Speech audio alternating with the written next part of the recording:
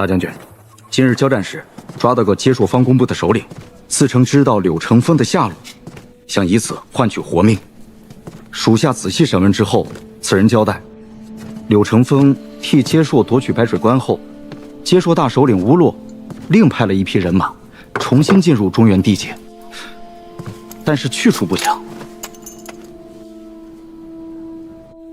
吴洛是一个狠辣狡猾的人，最会物尽其用。他既然下了如此本钱，又派人出来跟着柳成风潜入中原，必有谋划。好好查问一下那个方工部的首领，再仔细查一下那些接硕人的下落。是。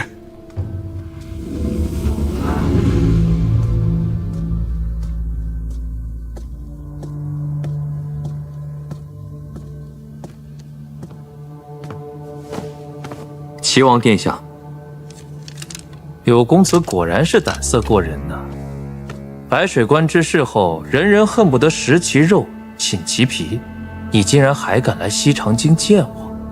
接硕之患，不过界选之计，而殿下之患，却在肘腋之下。你说的没错，秦王最近是咄咄逼人，我这肘腋之患也是急迫得很啊。承蒙殿下借兵之恩，这一次我也带了不少人马，愿意随时供殿下驱使。哼，我是当朝的齐王，让我用接硕的人，不妥吧？殿下若是觉得有些事不便出手，又或者想要暗中行事，我等皆会奉殿下的号令，为殿下效劳。且无论如何，绝对不会泄露与殿下有半分瓜葛。柳公子如此帮我，到底在图谋什么呀？殿下是个直爽的人，那我也直说了。殿下只取崔林远远不够，只有李逆一死，才能以绝后患。我只想让李逆死。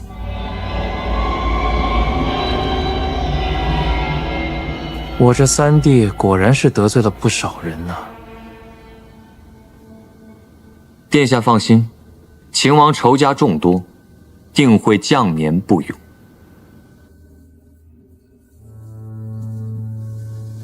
我三弟素来爱出风头，他要是将年不永的话，那就太可惜了。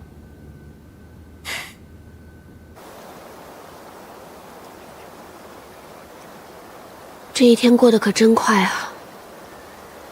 小的时候，总是觉得岁月很长，但是长大以后，才发现，原来高兴的时光，总是过得这么快。你今天高兴吗？今天，应该是我有生以来最高兴的一天。我也是。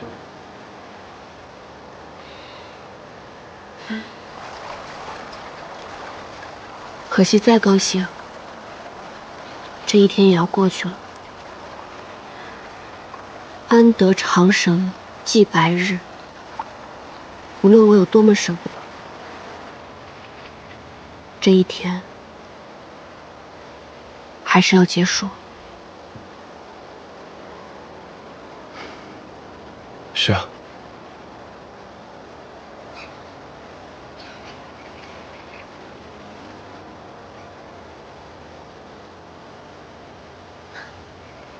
十七郎，如果有一天我做了让你特别生气的事情，你是不是就不再喜欢我，心里就没有我了？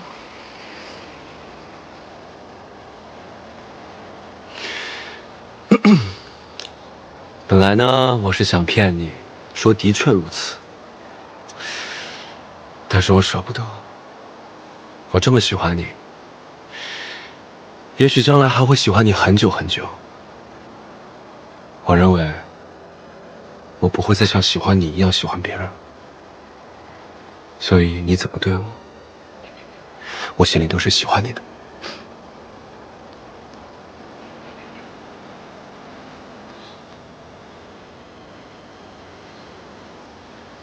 我也知道，容忍之量是有底线的。我们再打一个赌，好不好？赌什么？你闭上眼睛，数到10。如果你一直没有睁开眼睛，就是你赢了。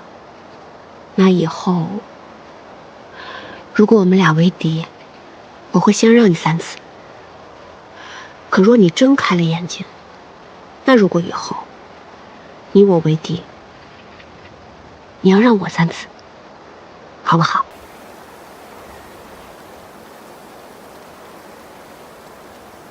好，开始数吧。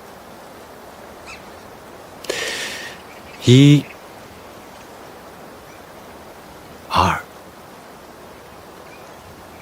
3、4。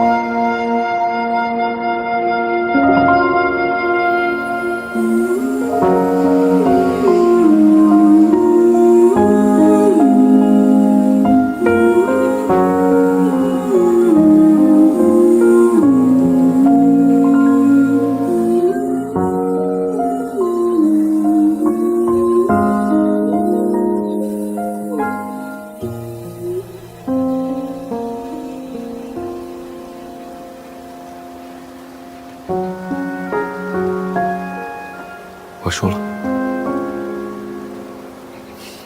从今往后，我欠你3次相让。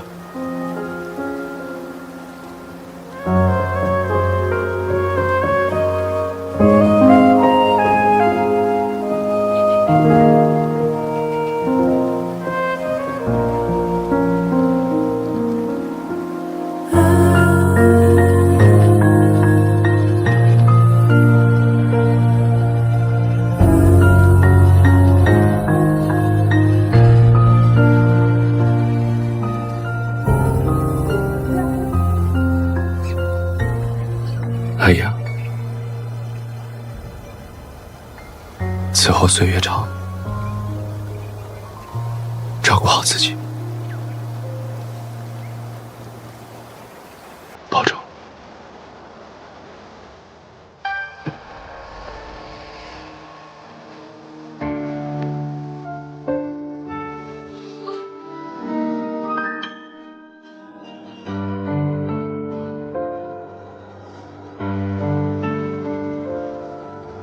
如果忘了流年萤火灯火，我落在心上我那情深是否在色？如果思念不曾遗落，眷念着回到最初一刻，宿命曾有过的温热，多想为你留着。如果还记得我们曾承诺过，从此爱上我也要为你活着。一个人多孤单啊！沿着记忆的轮廓，你们2个是我的就是应该在一起。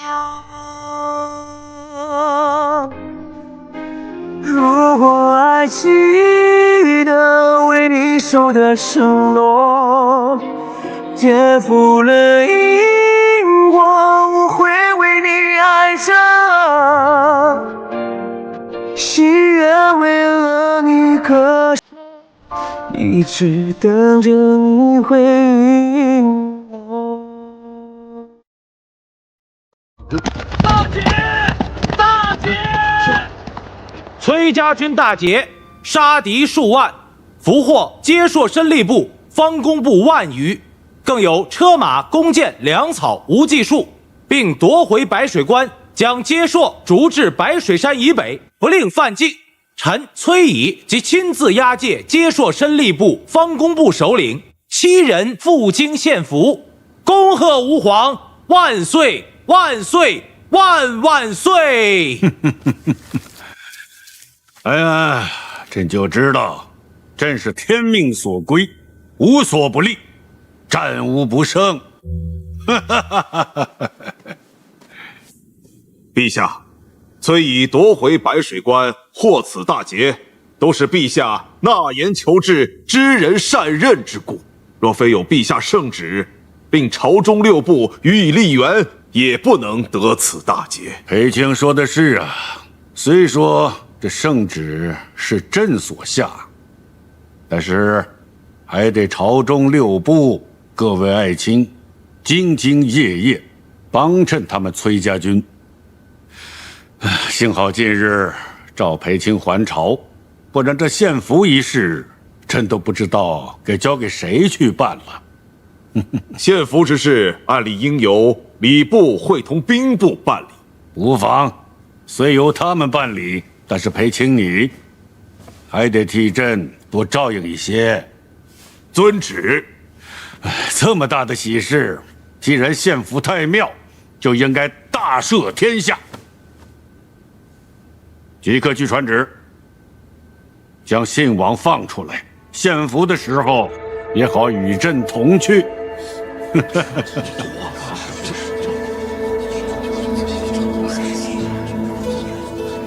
陛下，崔家军大捷，信王何功之有？信王故意纵火，杀害数十条性命，这才幽禁多久？陛下要将其赦免吗？他可是你的亲哥哥，你为何这般不依不饶呢？信王妃之死，难道不无辜吗？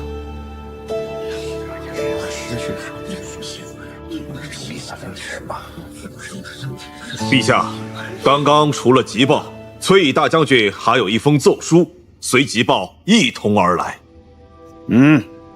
原常侍，你把奏书也念一念。看来这个崔乙觉得军功太多，一纸急报写不下，又另上一本奏书，来表彰一下这次立功之人。是。念呐！叩请皇上圣安，臣平凉大将军、魏阳大将军、朔州道行军大总管、左威卫大将军崔乙，特为东宫立储之事，奏陛下，请立秦王逆为太子，以固国本。住嘴！这个崔乙简直是混账之极！陛下，陛下乃性情中人，但陛下是圣人，金口玉言，不能言辞轻慢，以免寒了前线大将之心。他以为他打了胜仗就可以对朕的家事指手画脚吗？这个老匹夫真是不知道天高地厚。陛下，立储不是陛下的家事，立储乃是国之大事。崔乙身为边关大将军，上此奏书，理所应当。顾相的意思是觉得老匹夫说的有理。陛下虽然春秋鼎盛，但楚二之事，维系宗社根本之重，早正东宫之位，以系宇内之心。不要跟朕吊书袋，说这种大道理。立太子那也得由朕说了算。不管怎么样，立嫡立长都轮不到李逆。陛下，儿臣浅薄无知，不堪屈用。闭嘴！跪下！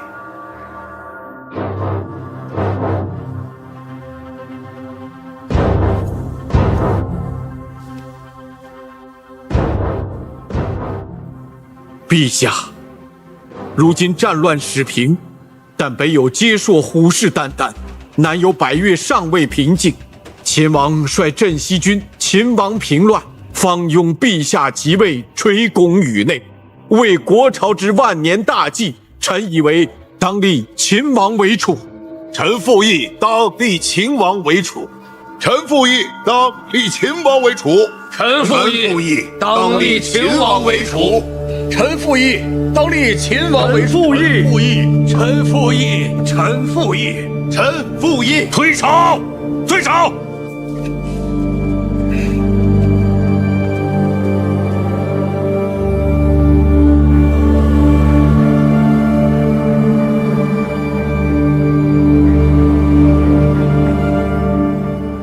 阿爹的这道奏书，还来得及阻拦吗？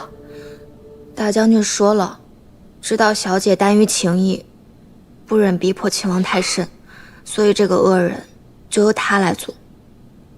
大将军还说，料想小姐必定会阻拦的，所以先奏请了朝中，递了奏书，想要阻拦，怕是来不及了。阿爹这是为了我，不惜把自己陷入水深火热当中啊！只怕17郎会因为这件事情十分气恼我跟阿爹。什么？崔乙上书请立秦王为太子？这正是为何一下朝就派人叫你来书房。那父亲呢？我自然是附议。韬光养晦，那是从前的秦王。自从他收复两京之后，秦王便已经是储君的不二人选。为人臣者，当为陛下直言。裴宪大将军呢？他也是附议。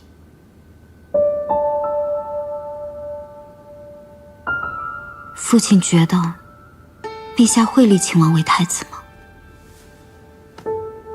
崔乙是平凉卫阳大将军，手握重兵，又打了胜仗，他既谏言立秦王为太子，那是再好不过了。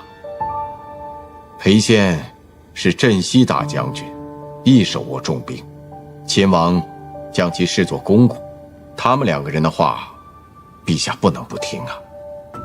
朝中文臣为父亲马首是瞻，父亲表他应立秦王为太子，文臣们必然不会有二话。崔乙这步棋下得真妙啊，直取中心。父亲这招顺水推舟也是极妙啊。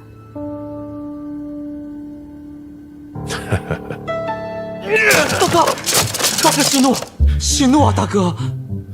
大哥，我站在朝堂之上，只感觉到大势已去。二弟，是大哥一时疏忽，才遭李密陷害的。看来他早有预谋。我要面见父皇，哪怕活出我的性命，我都要面见父皇。二弟，你快帮大哥想想，有什么办法可以让父皇赦免了我？大哥想出去，不妨试试苦肉计。苦肉计？公子，怎么办？接说大败，崔乙竟然重新夺回了白水关。崔乙公然上书奏请皇帝立李逆为太子。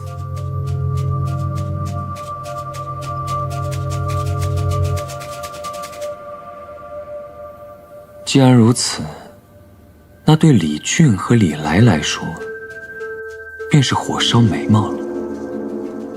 阿叔，你去亲自问问李来，如今已经迫在眉睫，看一看他是否有用得着咱们的地方。我愿意为齐王殿下排忧解难。是。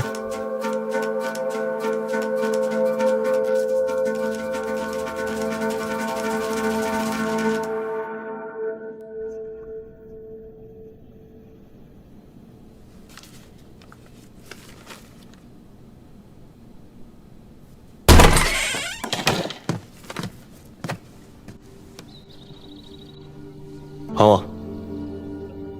什么？我娘的珠子。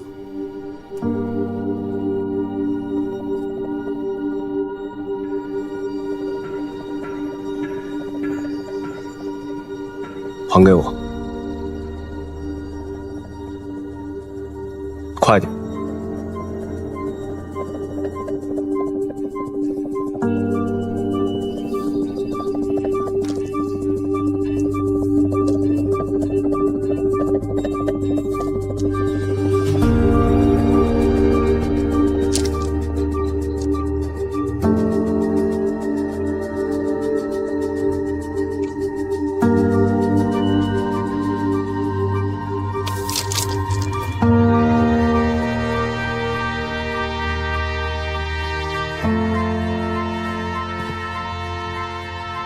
东西还你了，你快走吧。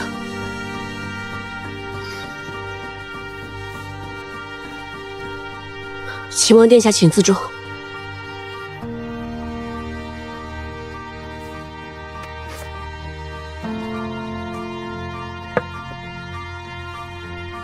从此，两不相欠。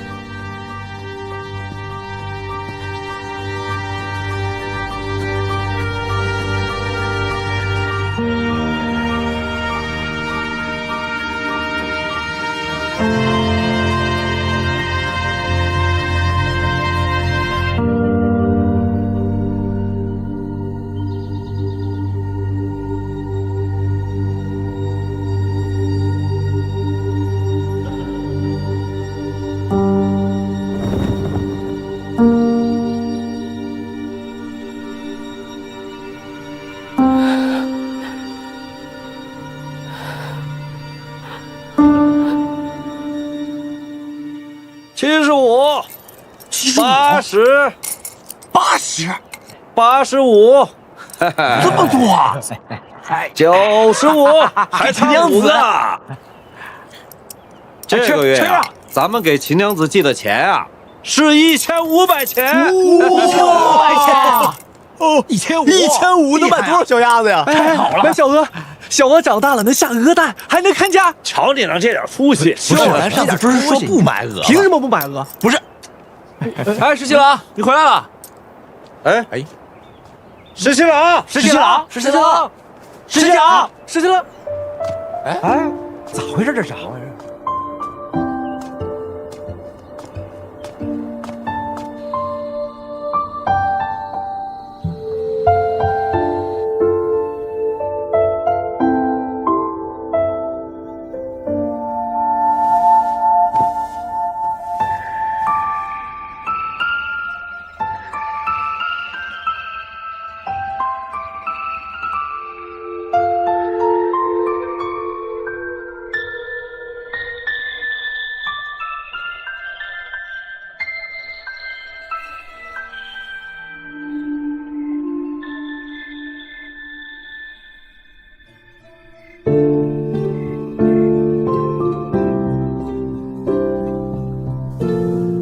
从此，两不相欠。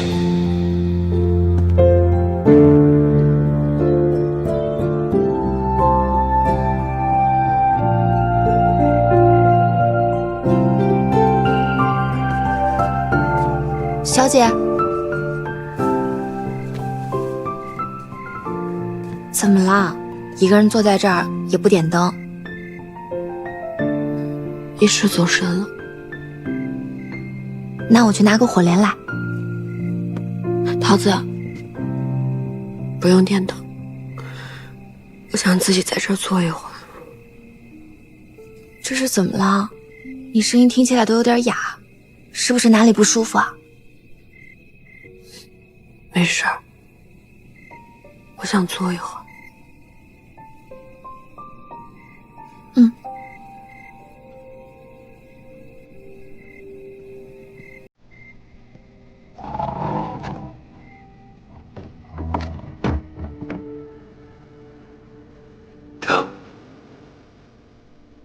不吃。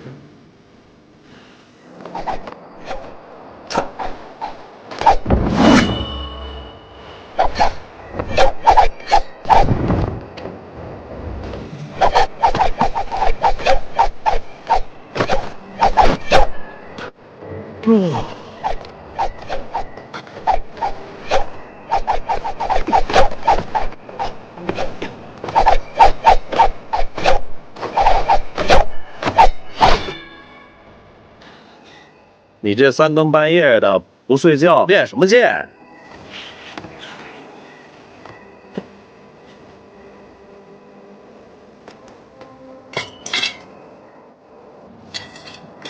我说你们少年人啊，就是心火旺，吵了架去找他呀。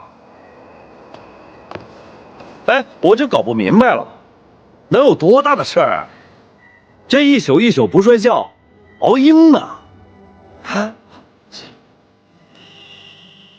哎呀，这不入相思门，难知相思苦啊！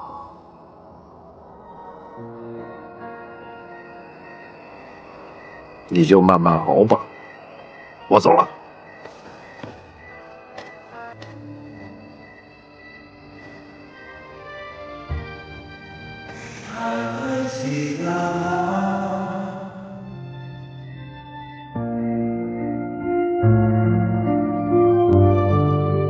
还会记得，会忘了那些愿望，还会记得，还思念生命中相爱。也许你也会时而想起。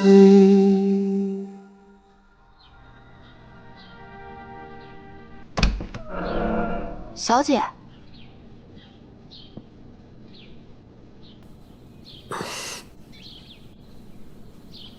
你一夜都没睡啊？没事，打水洗脸吧。这就去。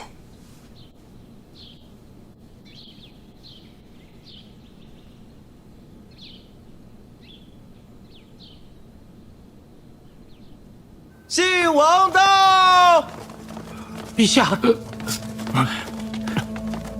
信王到了。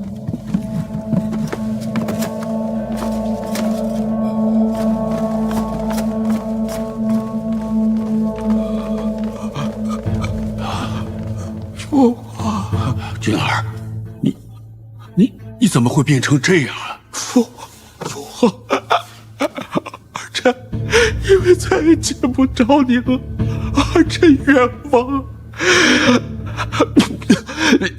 儿臣冤枉，儿臣没有杀王氏啊！不知为何那个李宁三番五次的想置我于死地。你马上就要当太子了呀！日后他定然不会放过我。我今天能够见到父皇，我就死而无憾了。你快命人把我送回信王府！你切莫惹恼了秦王啊！李宁是我生的，我还能怕他不成吗？君儿，你放心，朕马上就下旨。解了你的幽禁之苦，李逆若是敢说三道四，我必传杖打他。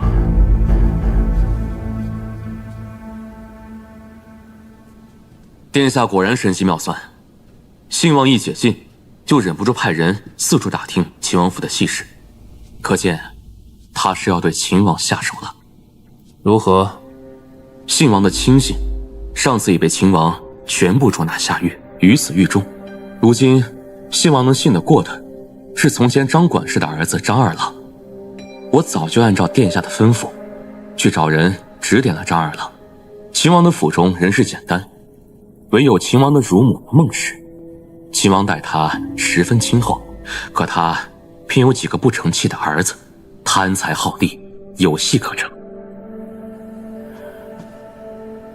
说不定可以在秦王的饮食上找出办法。不会查到我们头上吧？殿下放心，绝不能够。我这位大哥呀，说他莽撞吧，足够莽撞；说他胆大呢，也是足够的胆大。只希望他这一次能够有足够好的运气，一举成事吧。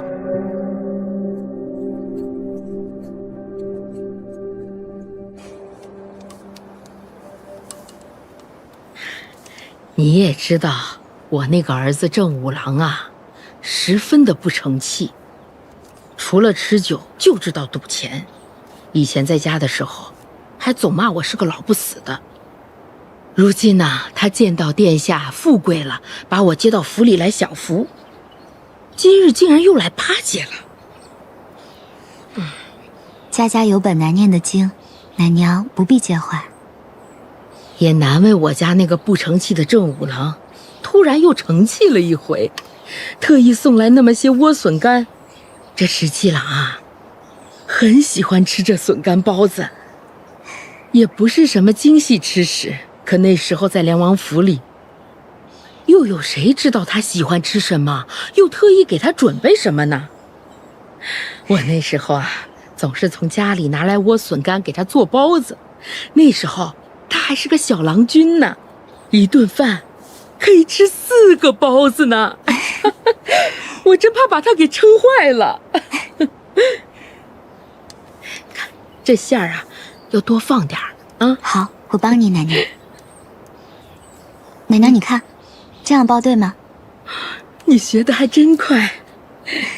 像你这样温柔体贴、又贤惠又心灵手巧的人呐，不知道谁有福气能娶到你做娘子呢。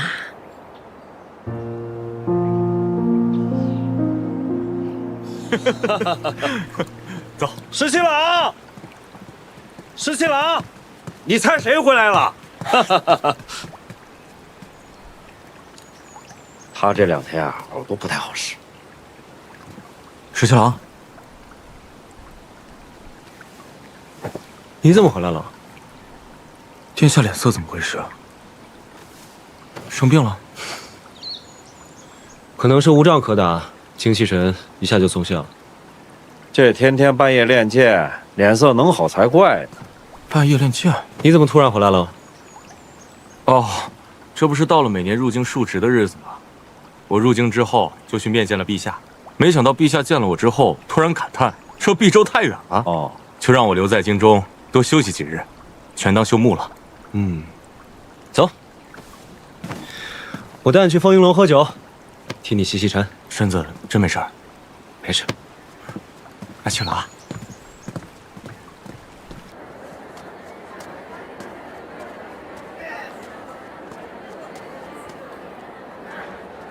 哎，桃子，你怎么了？脸色这么难看，你不是生什么病了吧？我没事儿，不过我家小姐好像是病了。啊？她怎么病了？懒于饮食，短于睡眠。她还跟我说她没事儿，那是没事儿的样子吗？还不是因为秦王。小姐说，秦王一定是其实石七郎这几天也古怪得很，总是出神。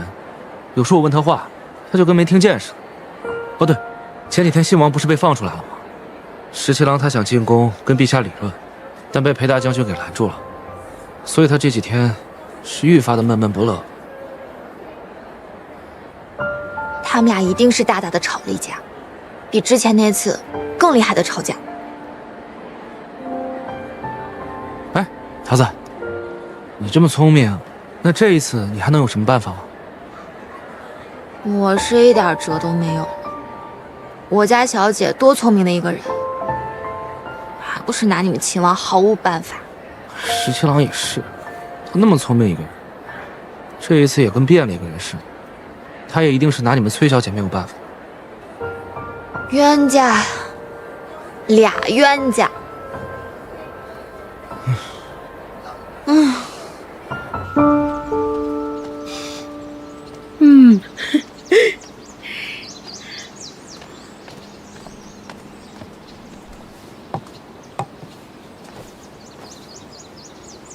今天殿下怎么还没回来啊？想来是在外面有事呢。照理说，这第1笼包子怎么都应该请殿下先尝的，但我有好几年没做包子了，也不知道这个咸淡滋味如何。罢了，今天啊，我也不讲究这些尊卑了。老婆子僭越，先尝一个。顾小姐，待会儿殿下回来了，你再同他一起吃，这样滋味才好呢。奶娘。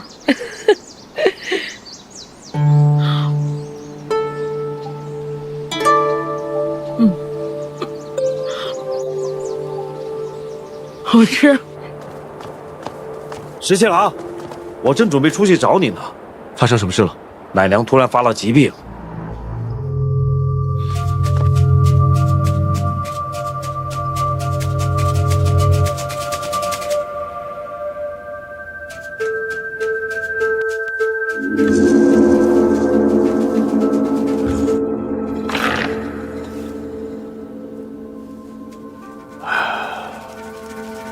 不成了，已经摸不到老人家的脉了。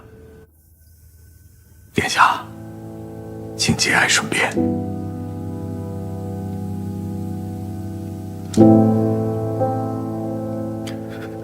是什么急症？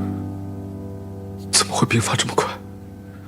殿下，老人家本来年岁大了，有突发疾病。我来的时候，其实老人家已经过世了，可能是心疾引起，适合病因现在已无法诊出。大夫，这边请。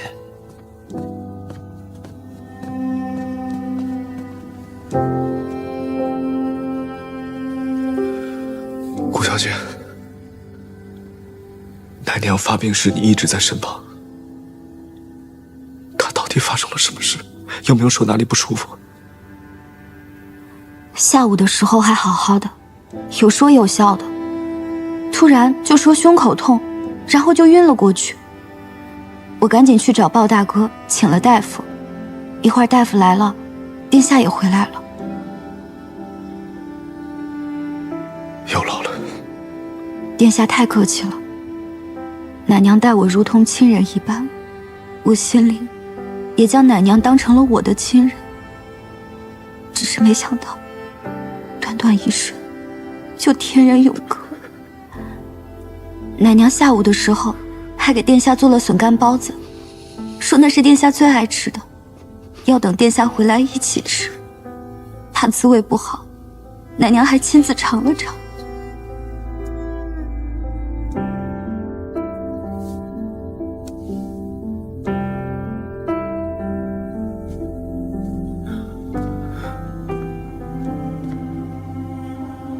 石七郎，我送顾小姐先走，咱们好料理奶娘的后事。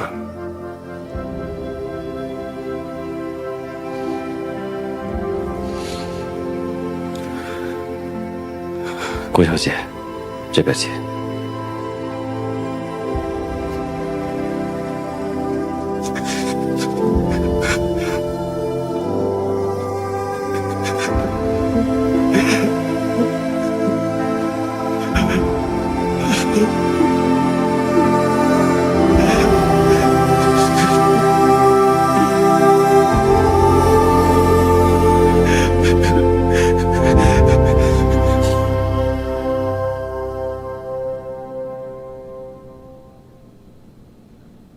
从前不觉得，如今看来，编的是真丑，但怎么就是舍不得扔呢？小姐，小姐，怎么了？秦王的乳母突然得疾病去世了。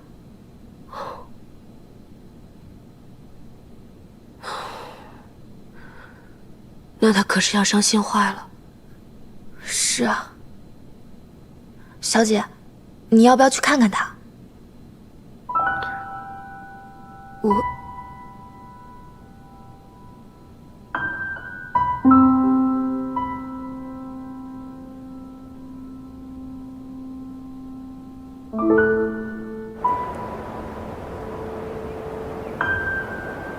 石七郎，我看了一口好棺木，已经替你做了主，切好了就送过来。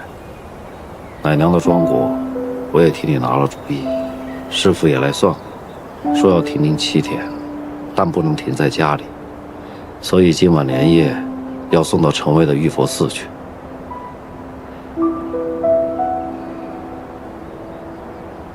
你也别伤心得太狠了。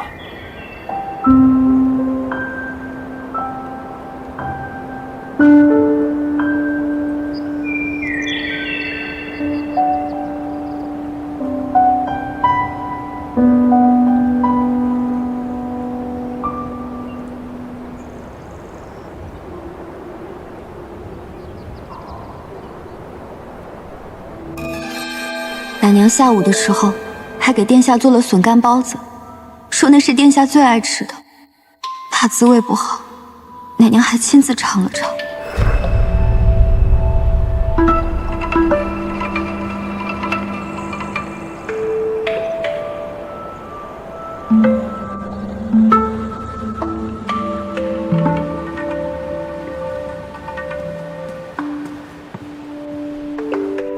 十七郎，仵作我已经找来了，军中山验毒的医师我也叫来了。真的要开棺吗？开棺。是。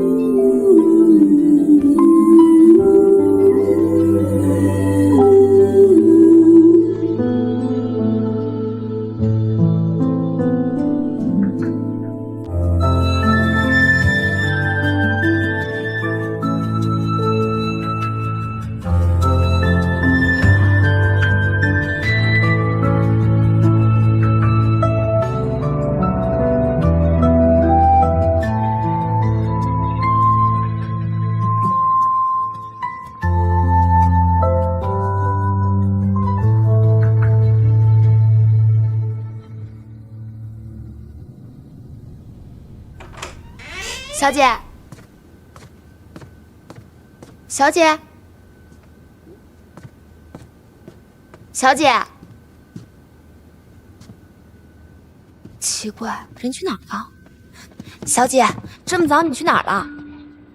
桃子，你去告诉谢长儿，如果秦王怒冲冲的要出门，或者有别的冲动之举，马上就来告诉你。这是出什么事儿了吗？没有，就是以防万一。好，我这就去。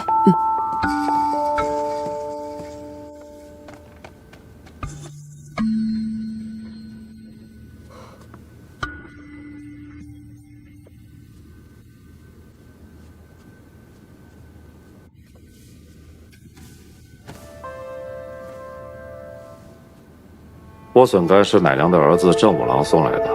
给莴笋干禁毒的是张二郎，已经被拿到。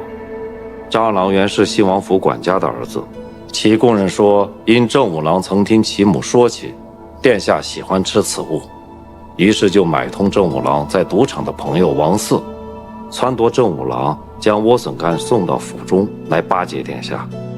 张二郎供认，郑五郎并不知道莴笋干有毒，但已经被信王府的人杀了灭口，尸首扔在河里。万年县衙门正在打捞尸首。这一大早怎么眼皮就跳呢？也不知道是主凶还是主吉。都怪那个奶娘的，一把年纪了，还嘴馋吃什么包子？你吃什么包子嘛？要不就能把李妮给毒死了，一了百了了。哎，秦王殿下，等我，放开，打开，滚开！打开！秦大殿下，殿下，大事不好了，殿下！你慌什么？你快说！秦王殿下带着人杀进来了。什么？杀害大嫂还不够，你竟敢往我府里投毒！你怎么血口喷人？你怎么胡说八道呢？你！打开！你想干什么呀？你不要以为你将奶娘儿子灭口，我就追查不到。是你让人在他儿子带来的莴笋干里下毒，是你害死我奶娘。这胡说八道！你怎么信口雌黄呢？我害你奶娘干什么？我因为你想毒死我！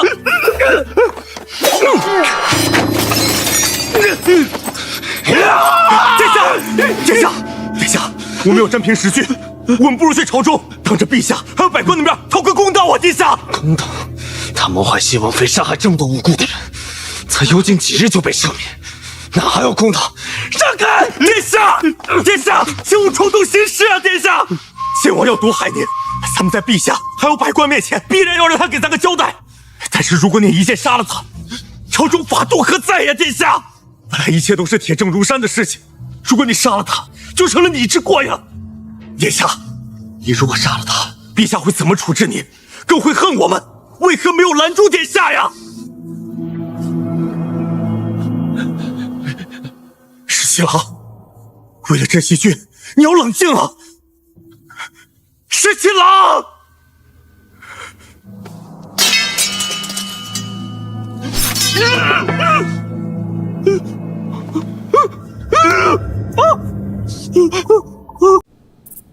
东东，东东，父皇救我！你让开！父皇快救我！父皇，娟儿，快起来，快起来！这是怎么回事？秦王他要杀了我呀！陛下，怎么？秦王在宫门外叩请觐见。啊！父皇，你看到了吗？他不依不饶，追进宫来，就想杀了我啊！父皇，你要救救我，救救我！不许秦王进来，让他跪在那御殿前，没有朕的旨意，不许起来。是，多谢父皇，多谢父皇，父皇。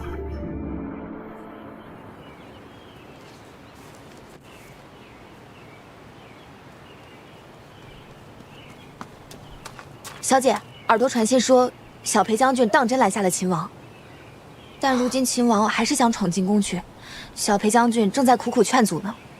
不过好在，裴宪大将军已经带着人前往宫门口了，想必无论如何，秦王也能够被拦下，不至于拿着剑进宫。看来这次他是真的伤心坏了。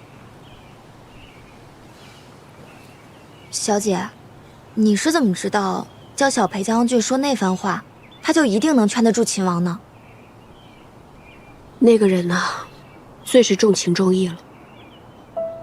到了悲痛欲绝之时，他定会不顾惜自己的一切。但是裴元还有镇西军中的同袍，他一定会顾惜。只要告诉他，若是杀了信王，皇帝定然会拿裴元还有镇西军出气，他就会冷静下来。小姐，你真的是最懂秦王的人了。事到如今，就算懂得，又能怎么样？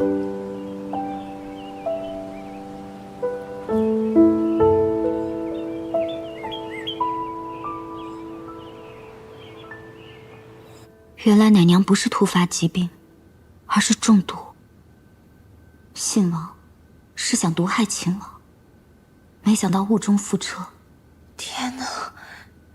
奶娘倒下去的时候就在我面前，可把我吓坏了。小姐好险啊！那毒不就下在莴笋干中吗？你差点就吃了那个有毒的孢子。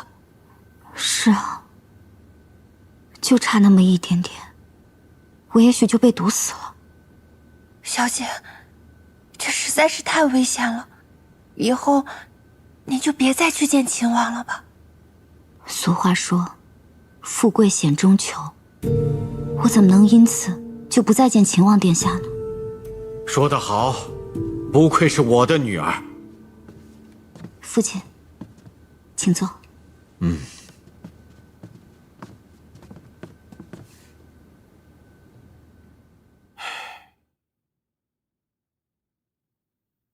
你都知道了。听说早先秦王拿住了人证物证，就亲自到信王府上去了。幸好小裴将军去得及时，信王才进了宫。这正是秦王率直的地方，也是他吃大亏的地方。明明是信王给他下毒，但陛下却偏爱信王，自然会袒护信王。秦王此举十分不智啊。父亲的意思是，秦王他就该视之以弱。如果我早就知道的话，我一定会教他，先拿到了人证物证，就直奔宫去，跪在陛下面前哭诉，就说他不敢相信信王为了争夺储君之位给他下毒，但又不能不信，只求陛下能够看在父子一场，免去他的王爵，发配到边疆保命，而只字不提追究信王之事，陛下一定会心感内疚。这满朝的文武大臣，我还有裴宪，包括边疆那位崔大将军，自然会帮他狠狠地定死那个信王。秦王定不会有此番作为。是啊，这好好的一盘棋，明明可以打一个泼天大劫，甚至可以将信王连根拔除，可是他却率性而为，弄成了现在这个僵局。眼下父亲打算怎么做？我们做臣子的看见齐王被迫害，自然不能袖手旁观。齐王十分看重他的那位乳母，自然十分伤心。他的那位乳母是你给找回来的，他见到你的时候必然感怀，你一定要好好的劝劝他，要保重自己的身子。女儿明白，婉娘已经准备好了祭品，一会儿就去秦王府祭奠。万万没想到，我这位大哥运气还是不够好，竟然只是毒死了秦王乳母。殿下，咱们这谋划其实已经成了一半。这余下的一半呢，我还得去好好劝一劝我这位惊魂未定的大哥，让他再加把劲儿。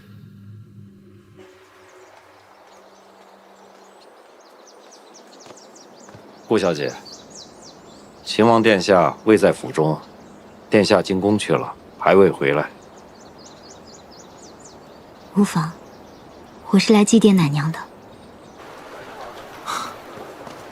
殿下，既然不进宫，咱们就回府吧。你一天没吃东西了。方才信王府里那番话，谁教你？我自己想的呗。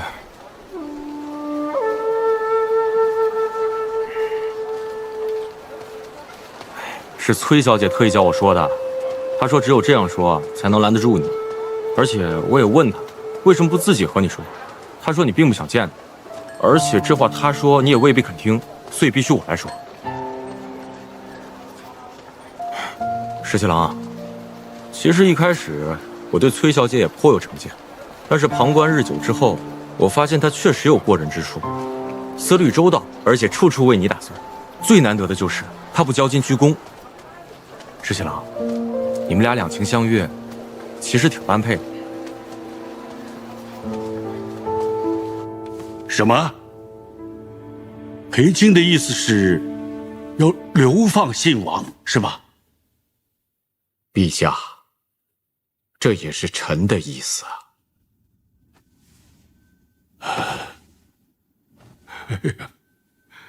那可是朕的儿子啊！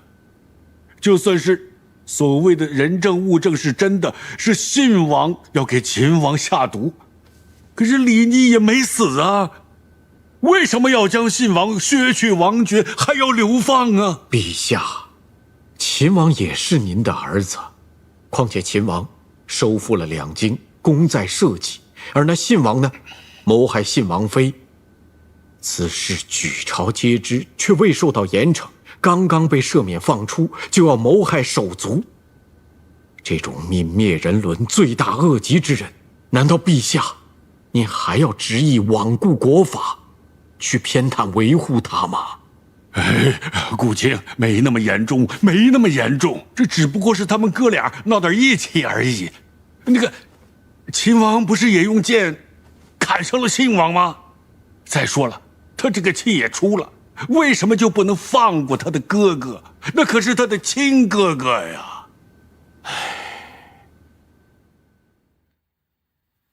陛下，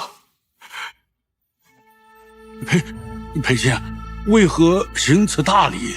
陛下，秦王自领镇西军秦王，收复两京，有大功于社稷。可今日谋害他的人却毫发无损，逍遥法外。难道日后任何人都可以谋害有功之臣吗？在镇西军中，凡同袍蒙冤，自我而下，必为其鸣不平。这是镇西军命迫所在。陛下徇私枉法，宜偏袒信王，那臣只好率领镇西军，奉秦王远离朝中，以保全秦王性命。陛下，倘若陛下不肯流放信王，以正国法，那臣也只好率领中书省诸臣辞去中书之职。顾卿、裴卿，何至于此？何至于此呢？这难道就不能放信王一条生路呢？陛下，那信王先是谋害发妻，又谋害手足，已经犯下了十不赦之大罪。如今削去王爵，流放他，已经是放他一条生路了。我的俊儿啊，你怎么受得了流放之苦啊？臣告退。两位爱卿，且等等，且等等。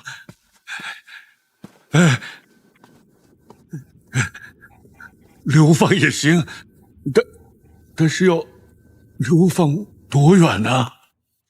依照我朝律例，削去王爵，流放3000里，至极北碎叶之地。不能再近一点吗？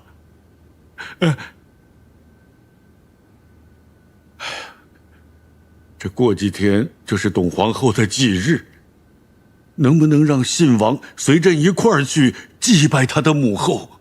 到时候我会让秦王也去，让信王当着他的面给他赔罪，这样总可以了吧？能不能流放1000里啊，到琼州，行吗？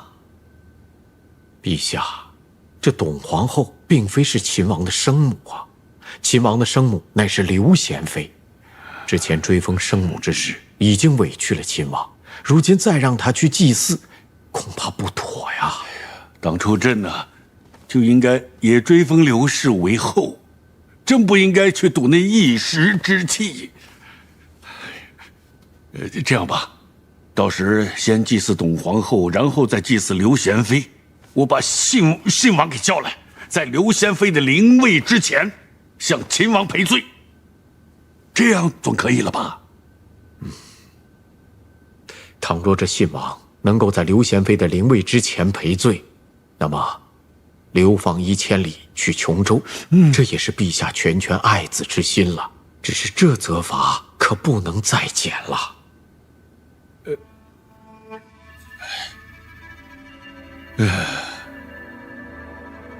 两位爱卿的意思我都听明白了，朕知道，朕以后再也不能维护他了。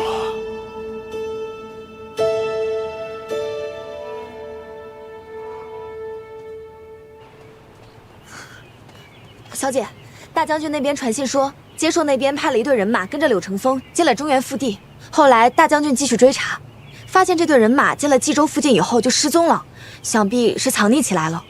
副帅行到何处了？离荆州不远。带上一队人马，咱们北上迎一迎副帅，以免这些接硕人会暗中使坏。好。父王，儿臣是被冤枉的，儿臣居然还要被流放，这是要儿臣的命啊！父皇，俊儿，朕与故相商议了很久，他才同意，从流放3000里改成流放1000里。琼州那地方也还好，就是要防着点瘴气啊。就不能不流放吗？儿臣舍不得你，怕是儿臣一去，就再也不能活着回来见您了。君儿，父皇，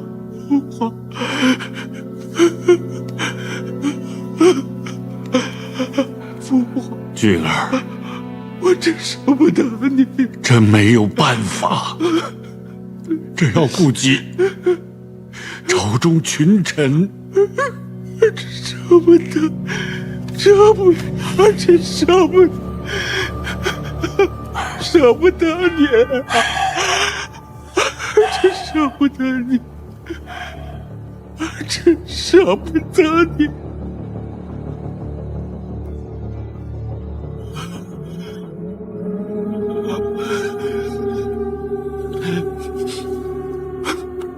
父皇，多保重。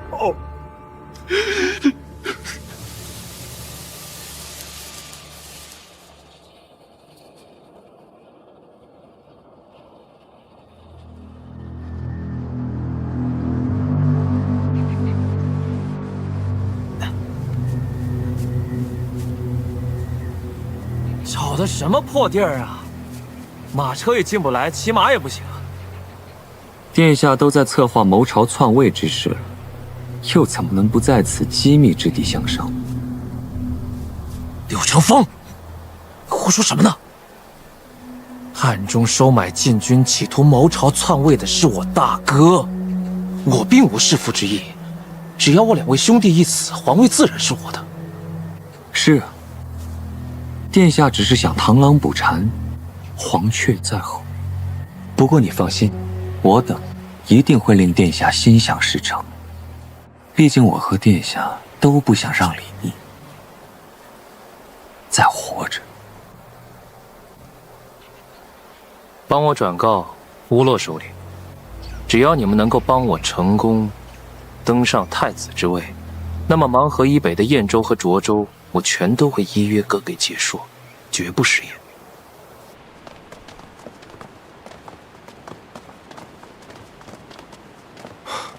石七郎，既然说了是去祭祀董皇后和我母妃，还会让信王在我母妃灵前赔罪，你放心，我不会闹事的。石七郎，信王马上就要被削爵流放，这已经是最重的惩处了。今日是我奶娘出殡的日子，我会让老鲍他们一起假装我还在队列里，等出了城，我就先去送我奶娘出殡，然后再去行礼。这样不大好吧？如果让别人知道的话，出城按惯例都坐车，我在不在车里，谁会知道呢？行了，回去吧，别让你阿爹担心。是。那各位兄弟，注意安全，保重。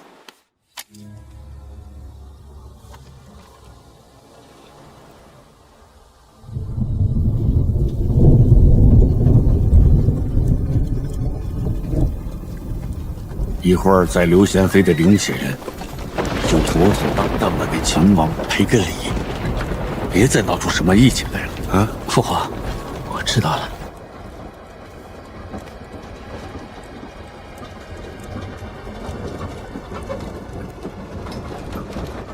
镇定些，时辰还早呢。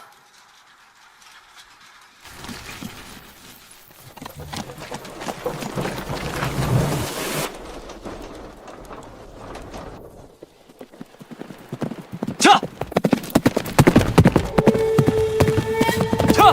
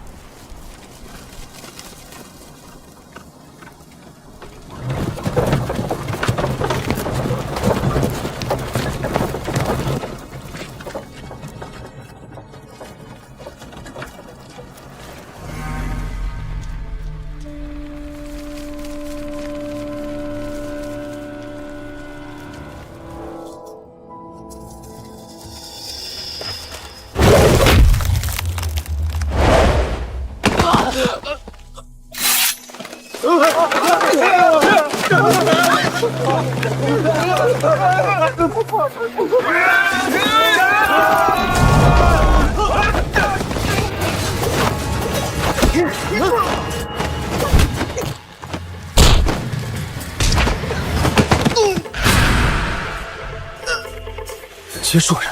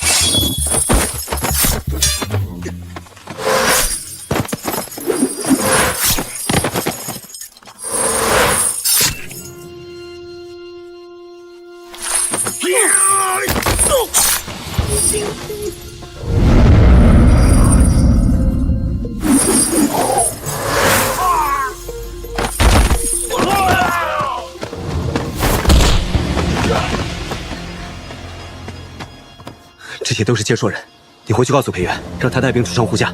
我去引开他们，你先赶回去。是，快。起身。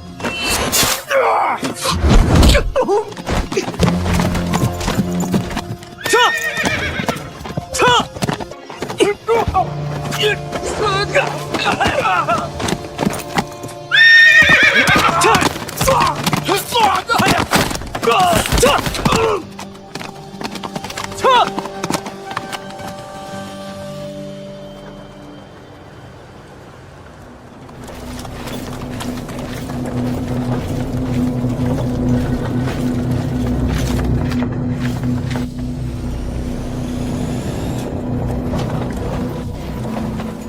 老二，我发现有些不对。我觉得也有些不对，偏偏跟着皇帝老儿出来，不让咱们带兵器。大家伙放警惕些！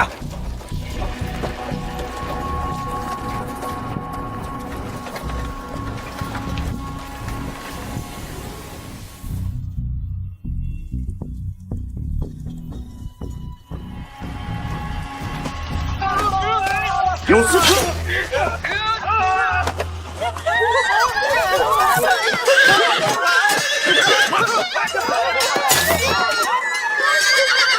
这是出了什么事了？父皇莫怕，父皇上！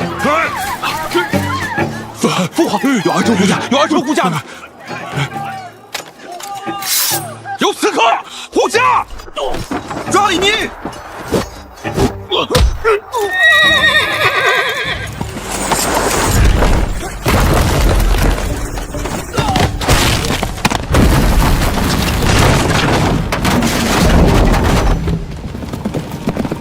没想到接收人竟然派出乌洛身边最精干的神剑队，不知咱们今日能否赶到西长界？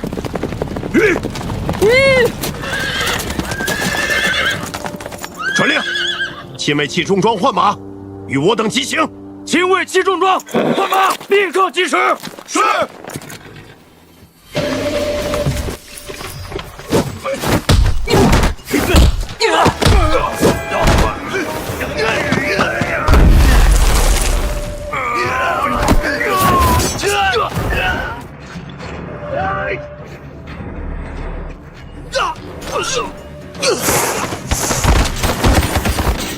父皇，莫怕！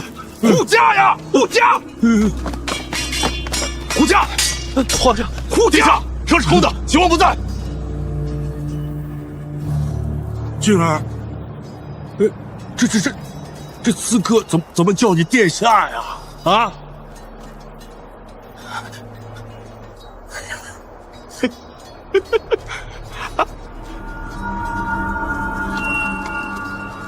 父皇上，既然不肯杀秦王，就由我来代劳吧。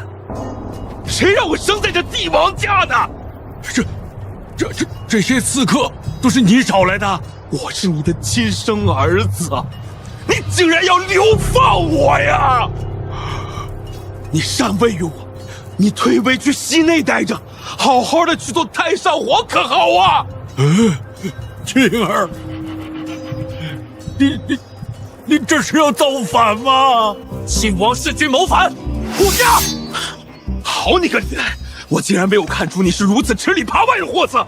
给我杀了秦王！上黄金万两，封万户侯！青儿，你这是要造反的！你竟然要杀自己的亲弟弟！陛下，先躲躲吧。起来！你个吃里扒外的货色！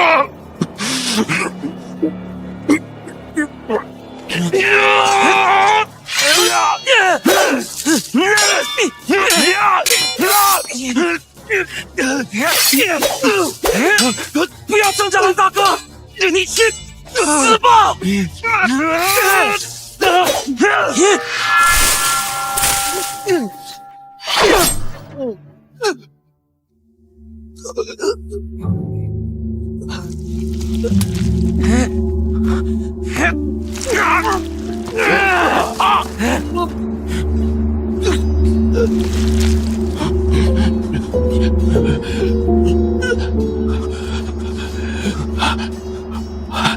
真是那个搬弄是非、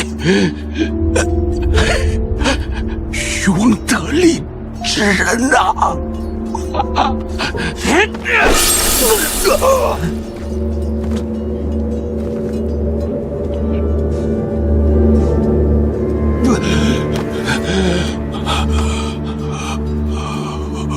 枉我这么多年来如此相信你，谁让我们生在帝王家的？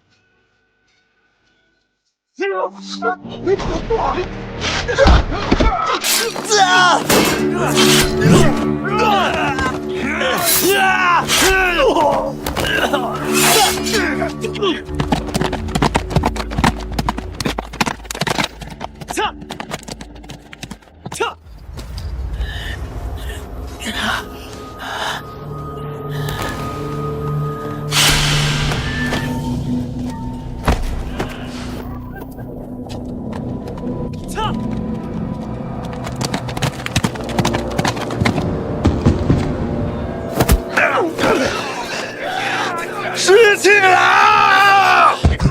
撤！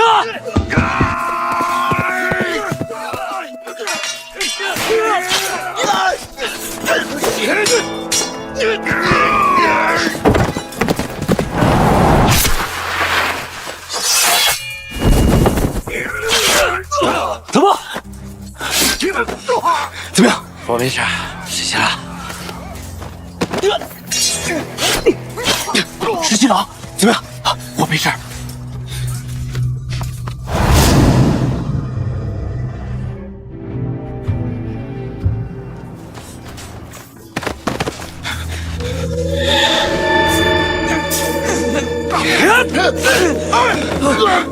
二哥，怎么样？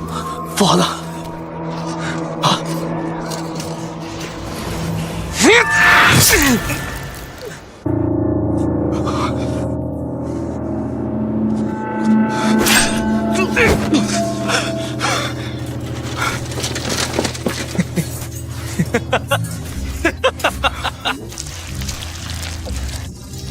秦王与信王一起谋逆，护卫陛下，给我杀了秦王！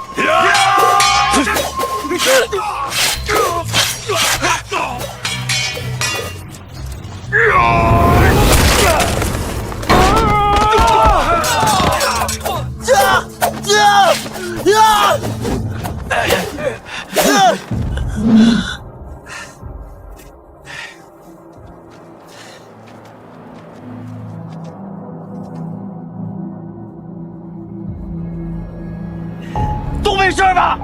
没事。兔崽子们，来呀！来呀！兔崽子，来呀！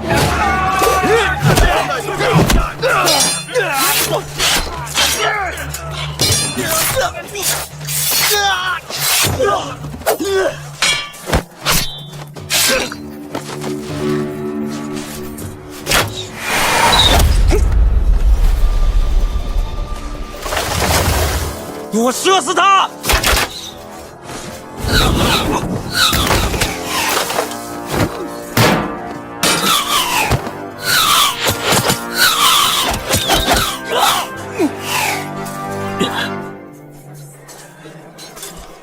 有弓箭手，你们快撤！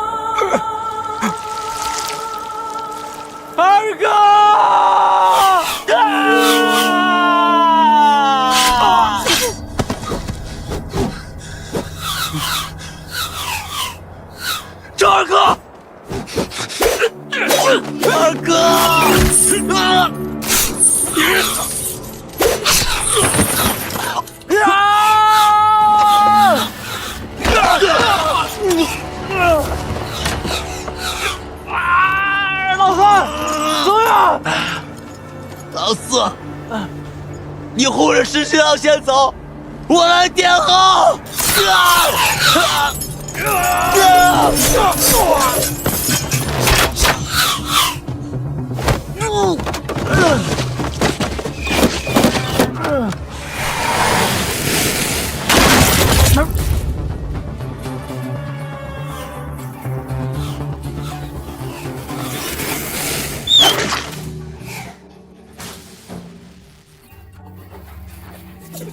老三！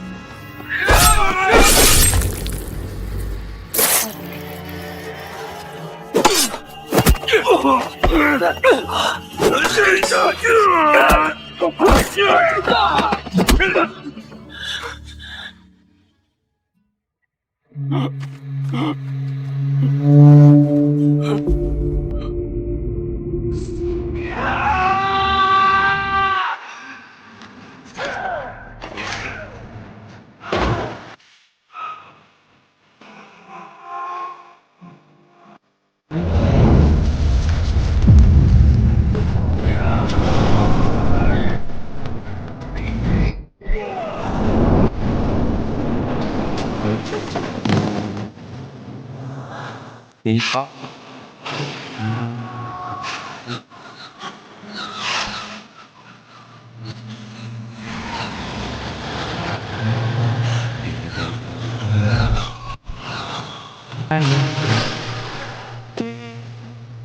就是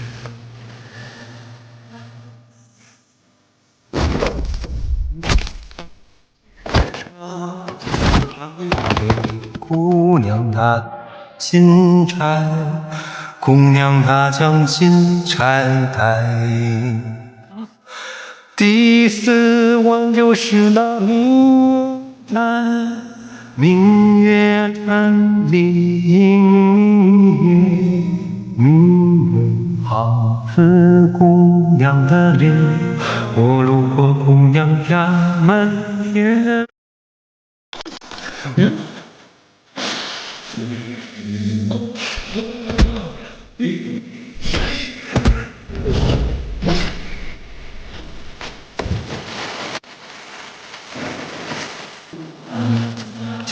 将士进。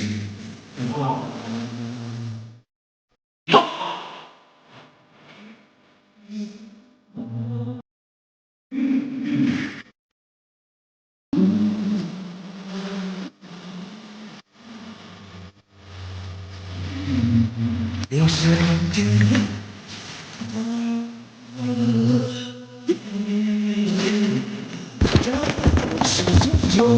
沙场皆是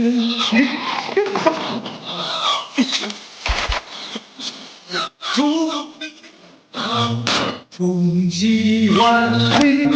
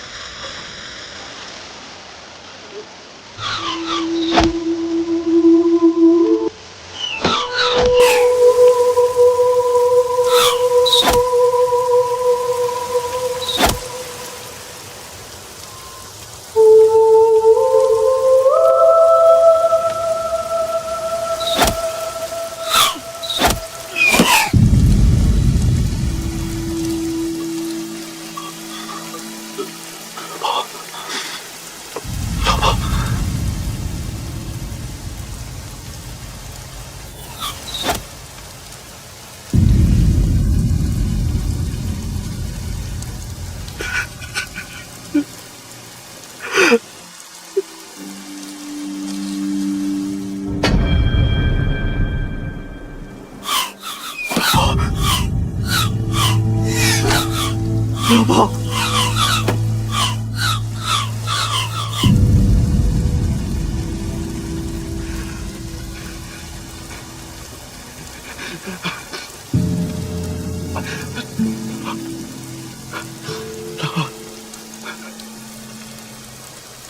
老婆。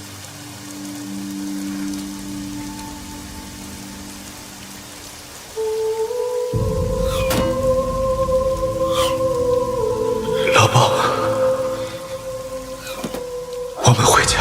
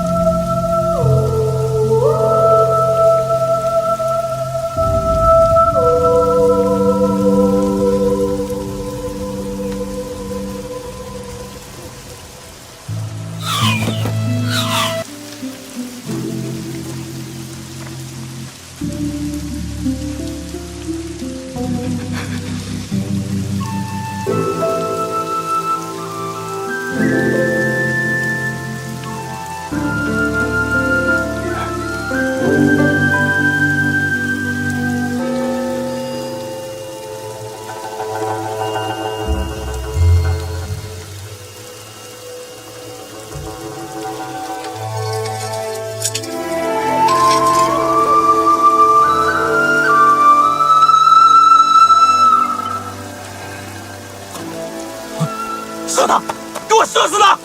射呀，射呀，射呀！快射呀！快上啊！只要你们杀了他，我把黄河以北全都给你们结束！上！杀他！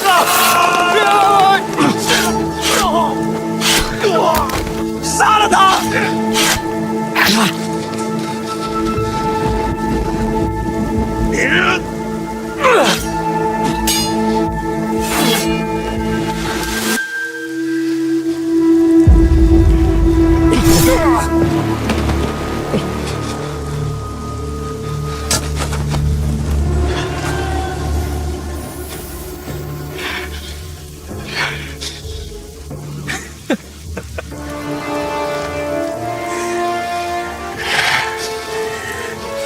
没想到吧，老三？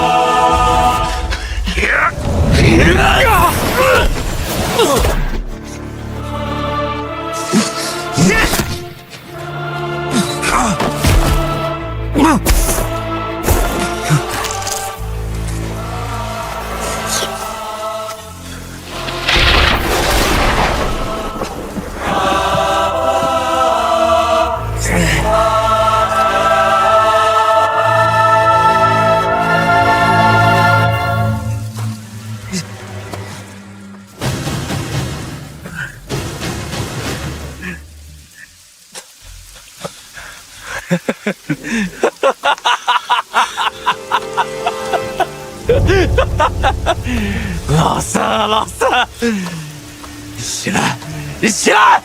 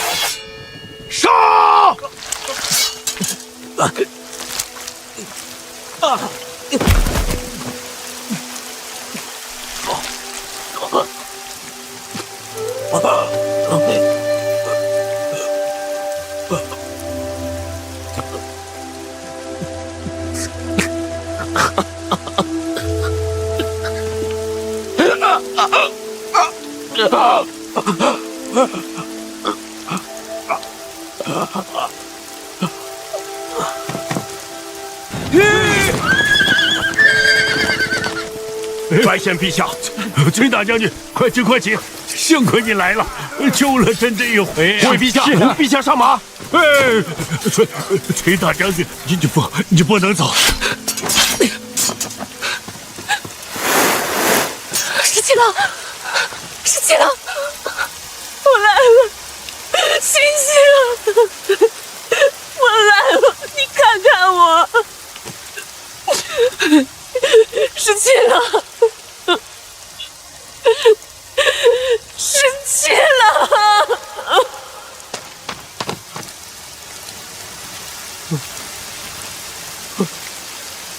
哥，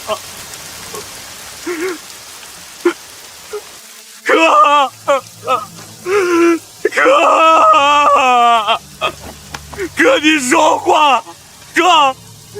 哥，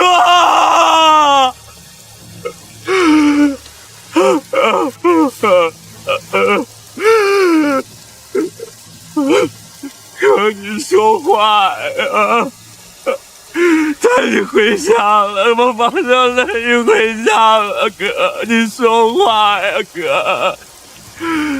带你回家，带你回老乐关了，哥！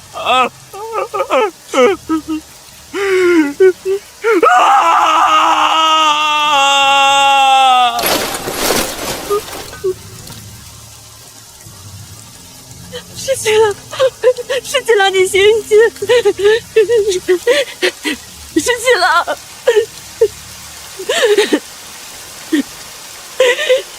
十七郎，十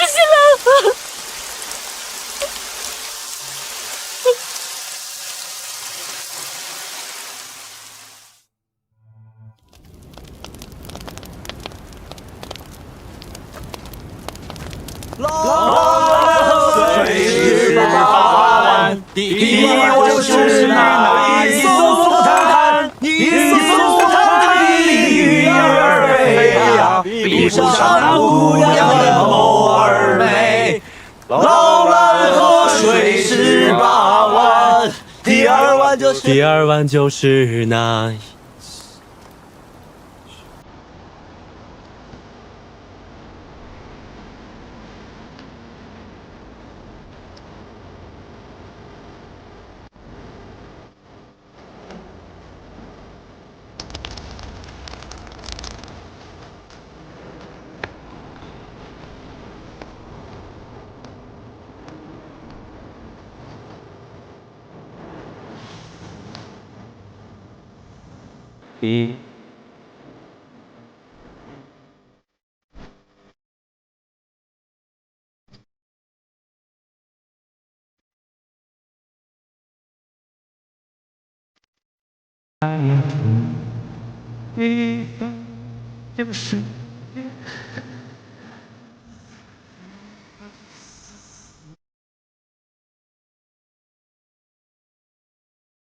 姑娘她打金钗，姑娘她将金钗开。第四弯就是那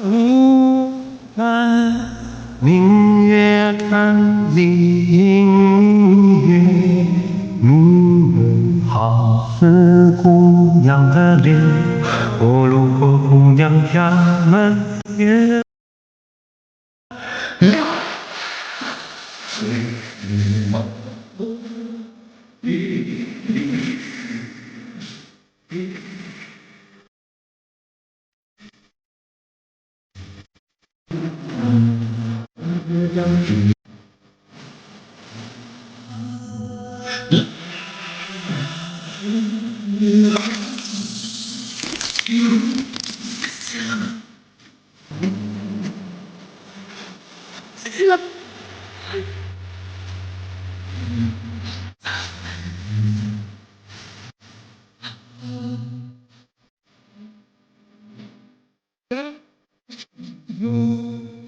看见云里有花，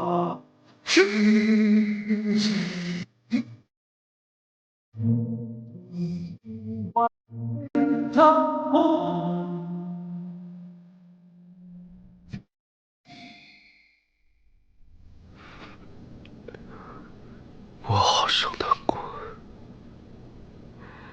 我知道。大家说好了，待到结葭归田，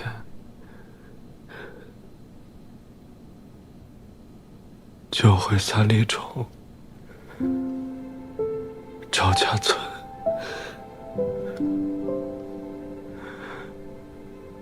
可是他们都死了。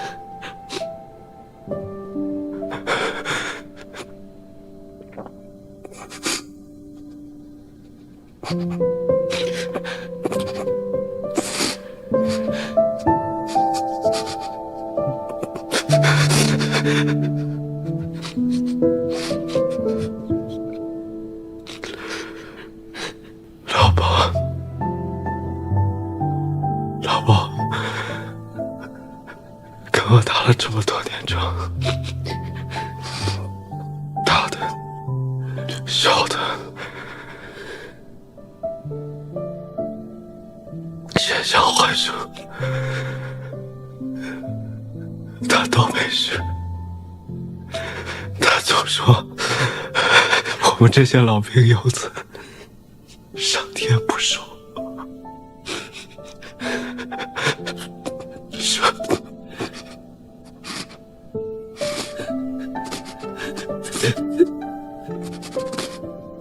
天不收。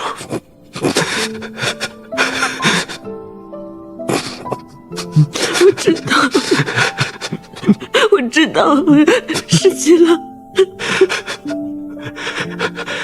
我13岁入了军中后，是老鸨教我如何在沙漠里寻水，如如何在绝境里求生？怎么烤虫子吃？怎么做一个好纸猴？他常说，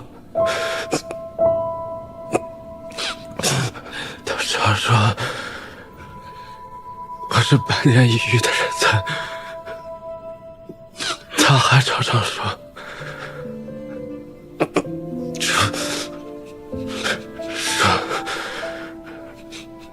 可惜我是一个皇室贵胄，学了这一身本事，也无用武之处。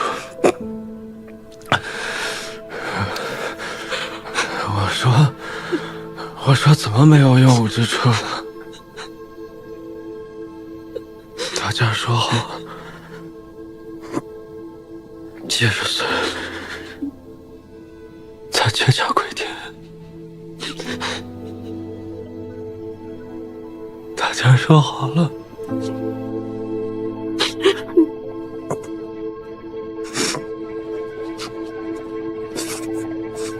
大家说好了。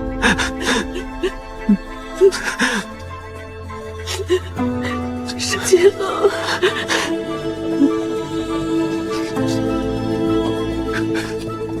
我好生难过。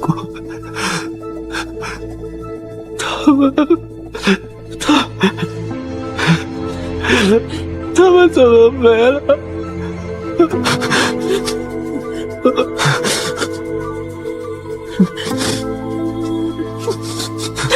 世界，别说了，你想说的话我都懂，但你这次伤的实在是太重了。还好我赶得及能够见到你。17了，你流了好多血，我拼命地抱住你，想止住你身上的血。不管阿爹如何来劝我，我都不肯放手，因为我怕只要我放手，你就真的死了。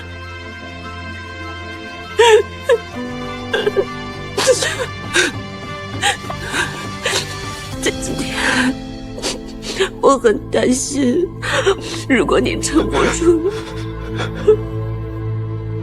那我又该怎么办？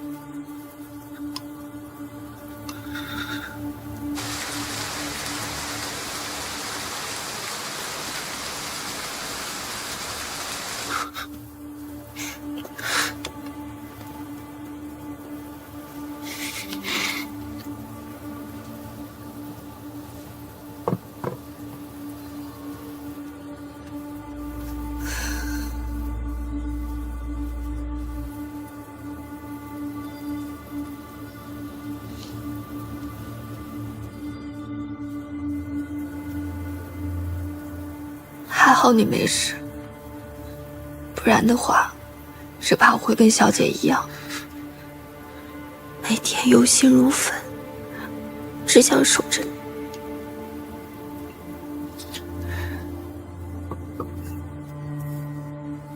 但是老包他们死了，我好后悔啊！如果我当时还能再跑快一点，再快一点，他们就不会死，他们就不会死，他们就不会死，不会死，不会死，不会死！不要这样，不要这样，不要这样！好了，好了，不是你的错，不是你的错，不是你的错，不要这样。你跟秦王真的都是拼了命去救他们的。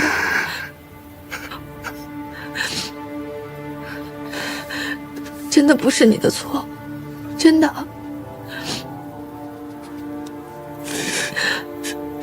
不是你的错，不是你的错。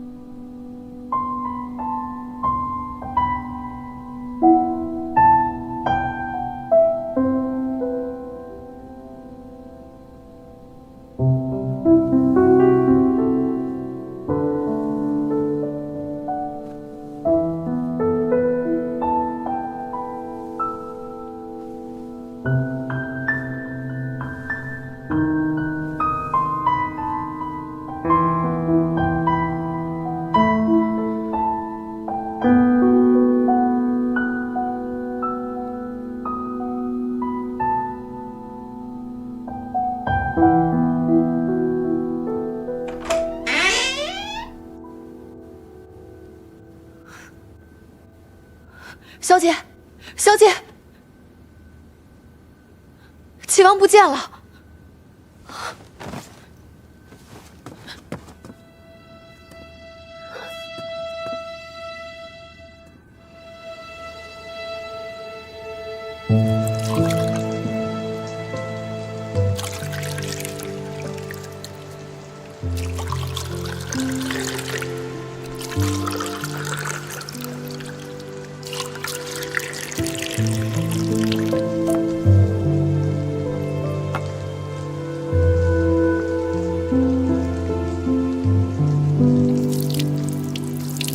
王大哥，咱们兄弟啊，别的本事没有，闹他个天翻地覆这种事儿，再拿手不过。哈哈哈哈哈哈！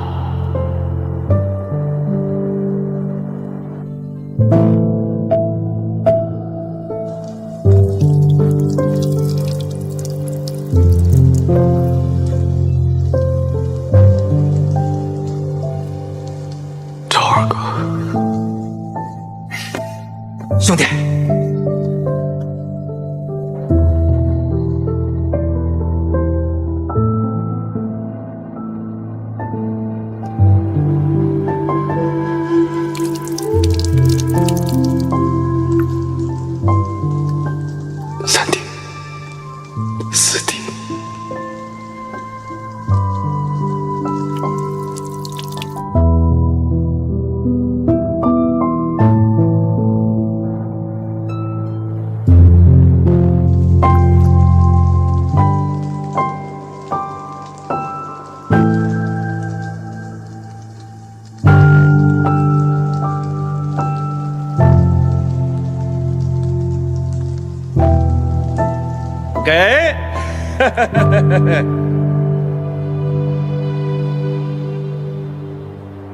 新新郎，我们都商量好了，等以后老了不打仗了，我们呀都从劳兰关回三里松。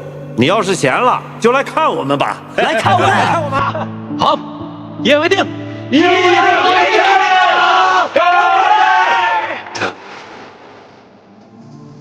不太。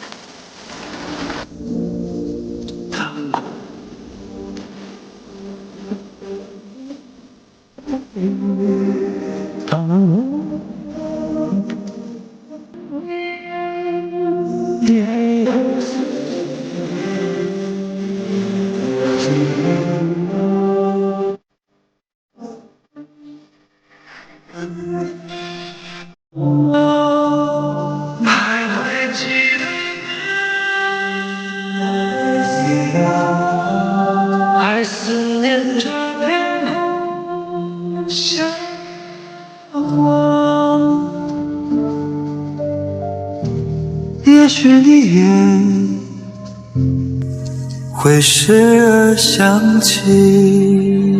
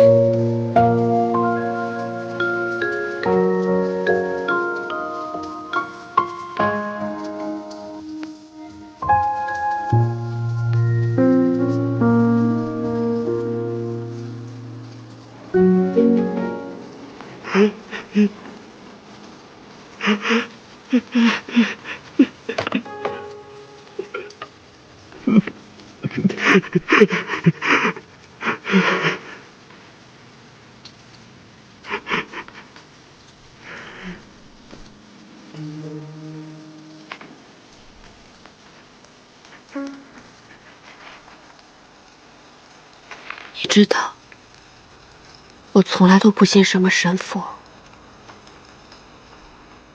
也从来不许愿。但是那几天，你昏迷不醒的时候，太医说你这次伤得太重了，有可能再也醒不过来。那个时候，我想去跪拜这世间所有的神佛，虔诚的许愿。你曾经说，奶娘说过，如果有什么心愿，就放一只竹蜻蜓，等竹蜻蜓落地的时候，心愿就可以实现了。这些竹蜻蜓都是你在昏迷不醒的时候，我在你床前笑的。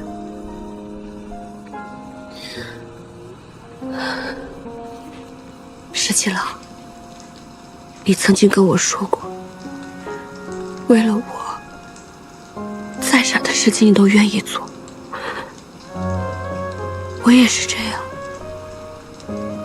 为了你，什么傻事我也都是愿意的。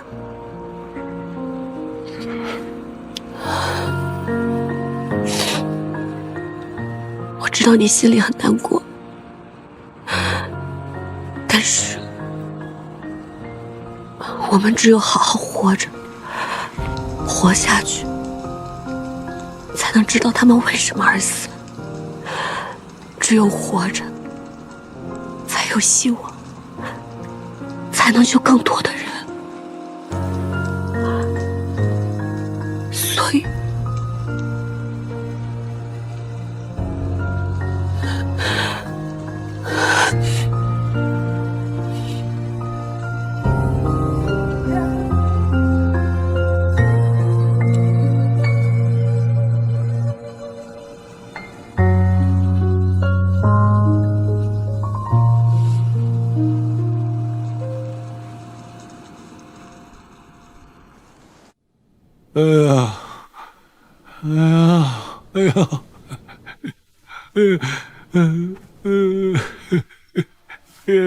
这怎么全身都疼啊？陛下圣功无碍，只是心绪沉重。微臣告退。哎呦，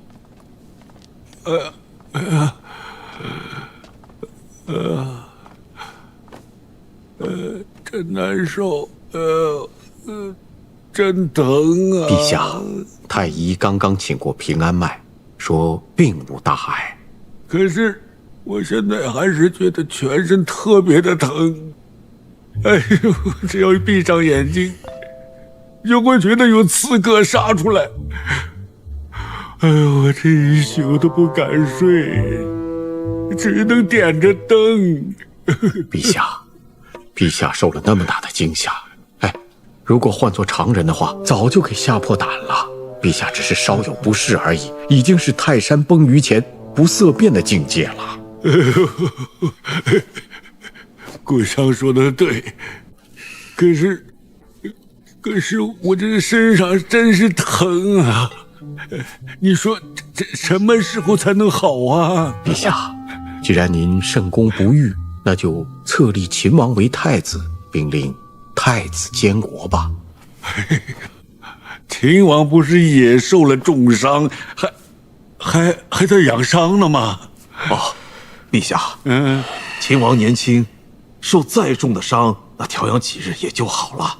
陛下，圣功要紧，如若不好好休养，这关爱社稷大事呀！哎呀，秦王和齐王多好的孩子，没想到被接说人利用了。我听说接说人善用药，他们肯定是给信王和齐王下了迷魂药，所以他们俩才会变了一个人似的。陛下，信王、齐王谋刺圣驾，罪无可恕，依照国法，十恶不赦，该当处以极刑。但是陛下宽厚仁慈，还是按照王爵之礼安葬了他们，并且赦免了他们的家眷。行了，臣知道。陛下，崔大将军已经押着接说的俘虏回京，不如就命秦王代替陛下于宗庙献俘吧。朕就是不想见这些接说人，一想到他们，我就想到我的来儿。那臣就替陛下下旨给礼部，准备册立太子大典吧。陛下，还有一事得请您定夺。白水关大捷之后，崔家军陆续撤回了瀛州，这其中的军费花了几万万钱。您看我们兵部实在是……哎呦，朕头疼得很。哎呀，这些乱七八糟的事，都去问太子吧。但是陛下，还有一事必须由您定夺。这崔家军有救驾之功，你看如何颁赏啊？还怎么颁赏啊？这个崔氏女马上就要封为太子妃，而这崔乙已经做到了双份的大将军了。你说还怎么升他的官，怎么赏他呢？陛下，臣正要谏言，秦王可为太子，但崔氏女万万不可为太子妃。哎，崔乙不是要从众多皇子里选一个嫁女吗？陛下，此一时彼一时也。彼时孙敬刚死，江山社稷未稳，陛下也尚未立储。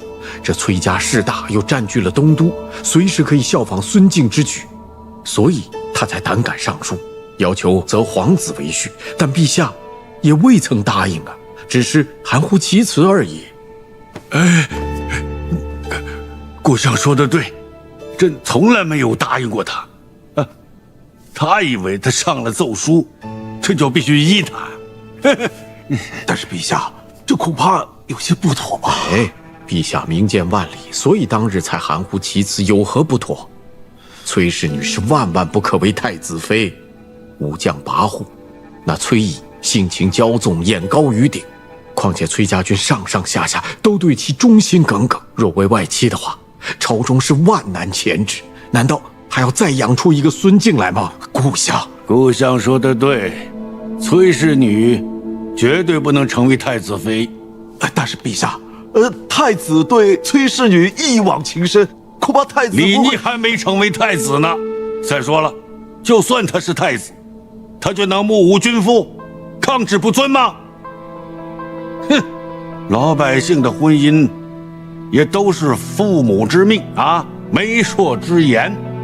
哼，既然是朕册立他为太子，那么太子妃的人选，朕总还说得算吧？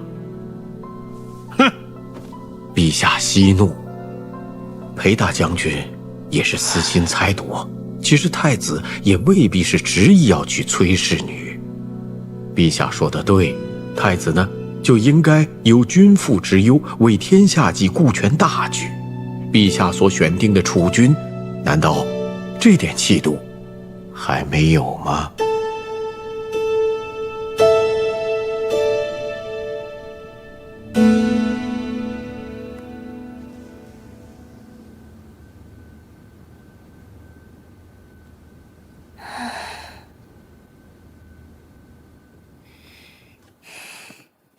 小姐，今日又没见着秦王。昨天去的时候，小裴将军还说秦王殿下已经醒了，客客气气的收了我替您送的东西。我心想，今日怎么也能见秦王一面，没想到连小裴将军都没见着，随便打发了个奴仆来搪塞我，东西也不肯收，说是府中无人做主。没见着就没见着吧，秦王殿下身受重伤，刚刚苏醒，不愿见外人也是应该的。我怎么能算外人呢？从前奶娘还在的时候，我常常陪您去秦王府，也没见谁把咱们当外人啊。再说了，那个崔小姐进了秦王府就没出来过，没日没夜的陪着秦王，怎么咱们反倒成外人了？殿下和从前不一样了，从前咱们出入秦王府，那是殿下念着我帮他找到奶娘的情谊。如今奶娘也不在了，一时见不到她，也是常理。殿下怎么和从前不一样了？信王、齐王谋逆，秦王护驾身受重伤。陛下3个儿子，如今只剩下1个了。你说，秦王还能如同从前那般吗？小姐，这么说你要做太子妃啦？秋翠，人在得意之时最不能忘形，就冲你刚刚这番得意忘形之言，就该罚打你手掌心10下。一定要记住，以后不能再有此狂妄之言。是。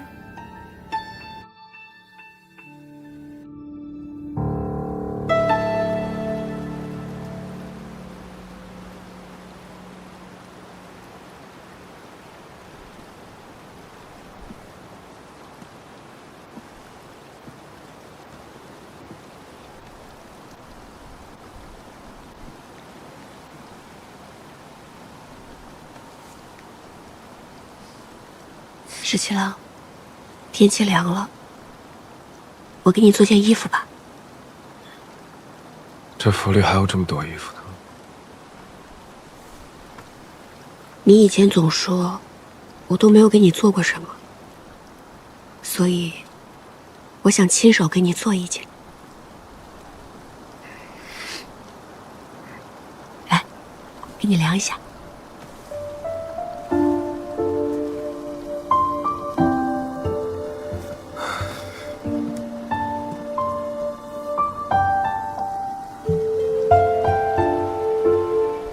看一太强啊！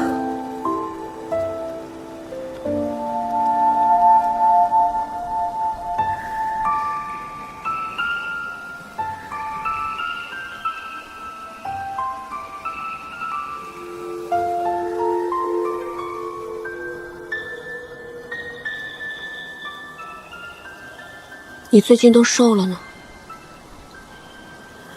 你以前没替我量过身，怎么知道我瘦了？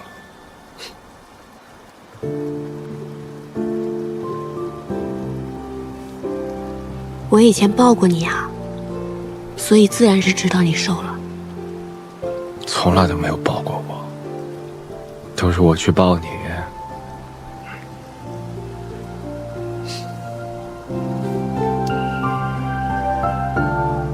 这不是抱你了吗？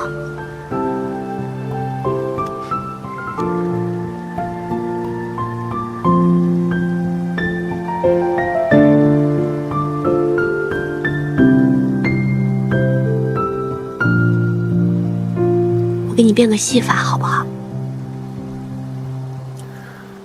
啊？你看，把它塞到我的手里面，塞，都塞进去了。吹一口气，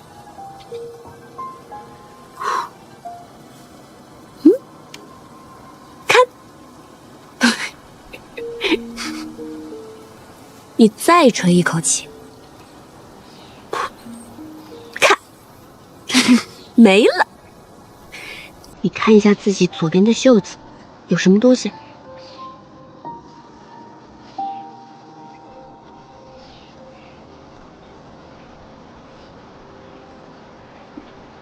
没有东西吗？那你摸一摸你的袖子，右边。我的？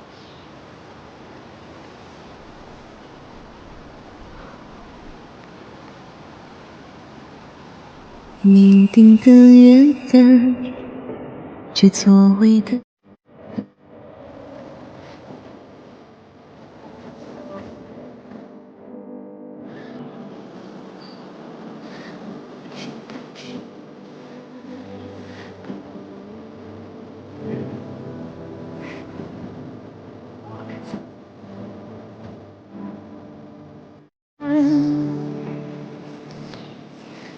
你傻呀！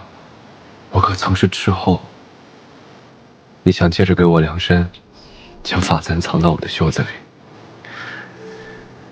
你这戏法变的，这么大个误解，我能察觉不到？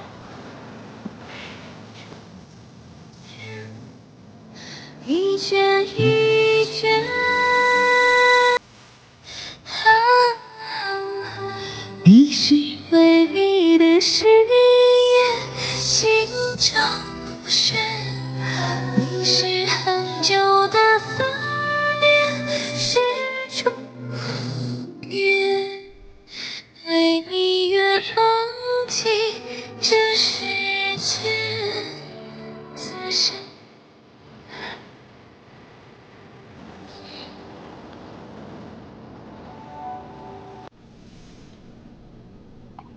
以前都是老鲍烤羊，王大哥、超二哥咱们喝酒，没想到现在，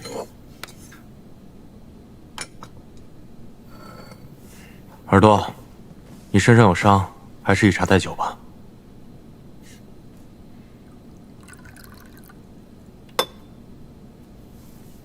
来，让我们敬老鲍他们。敬老鲍。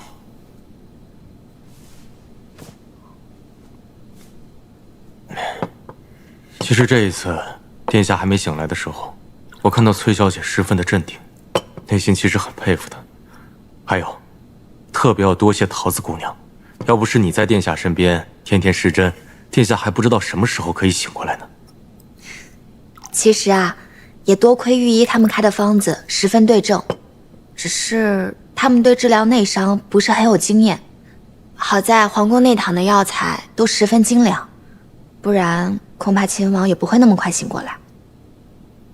其实这一次，我还有件事情想拜托桃子姑娘。小裴将军，但说无妨。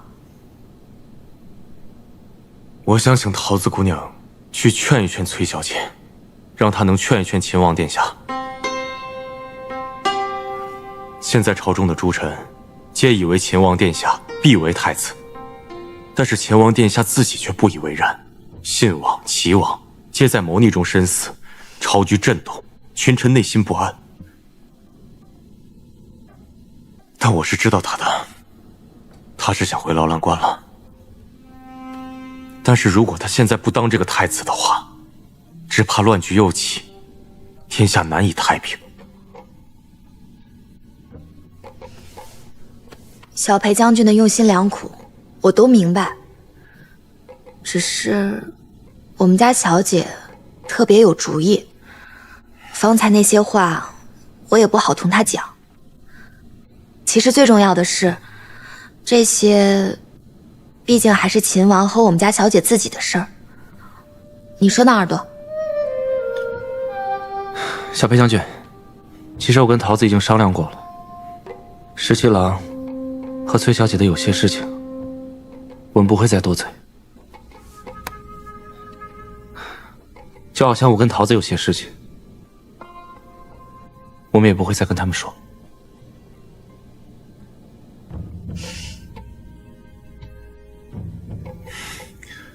是我迂腐了，喝酒。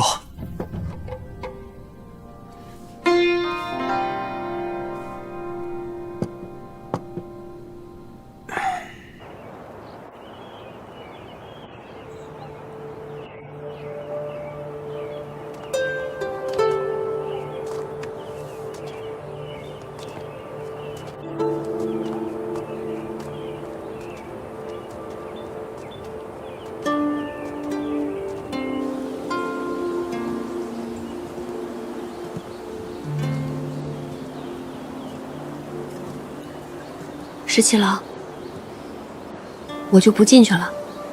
这青云观我没来过，想四处随喜参拜一番。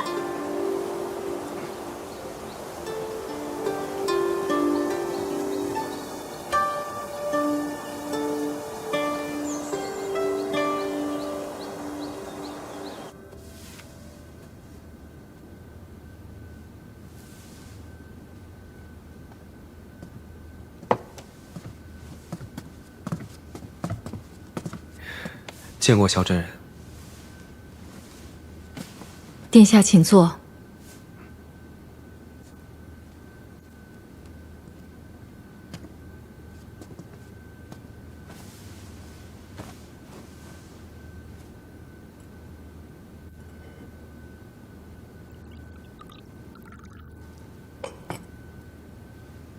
今日朝中之事，想必真人都已经知晓。亲王与齐王，真没想到如此丧心病狂。幸亏陛下与殿下都能安然无恙。之前曾经答应过真人，要劝父皇立玄泽为储君。此一时彼一时，我信任殿下，才将太孙托付给殿下。殿下是一诺千金之人，所以今日才特意入关来见我。其实殿下内心早已深知，如今的情势，殿下恐怕不得不为储君。如今朝中不安，太孙乃一介质子，他如今没有这个能力，因此大变之举。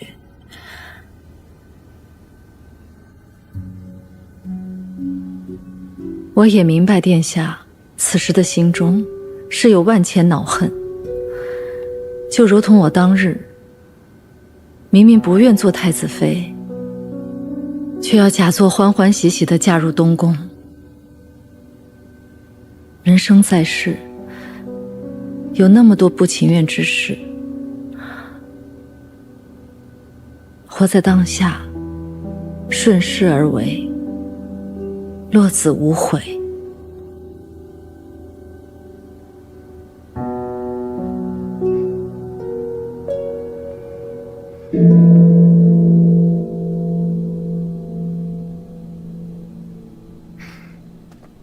你不是不信这些吗？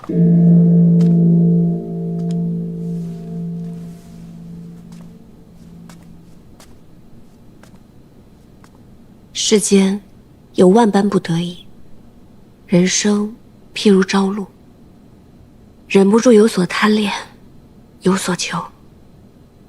这漫天神佛，或许会垂怜一二。我知道你是求的，不能说，说出来就不灵了。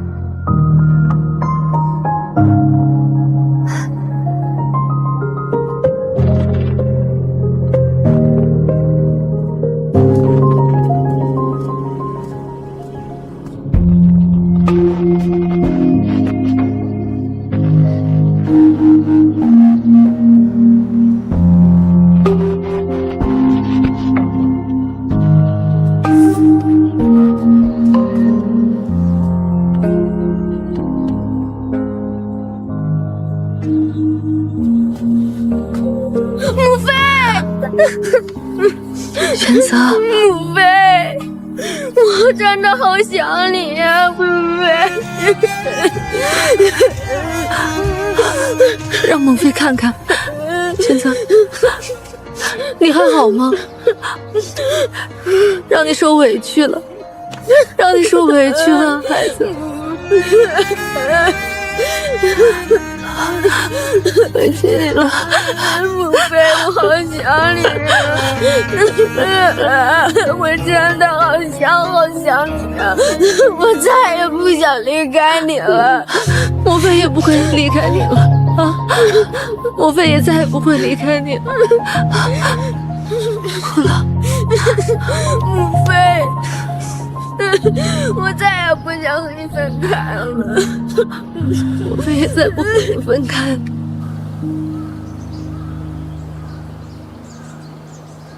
原来青云观的神树长这个样子啊！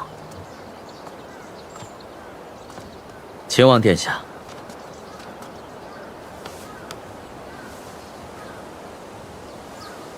多感殿下相助，今日又特意亲自护送，太孙殿下才得以平安归来。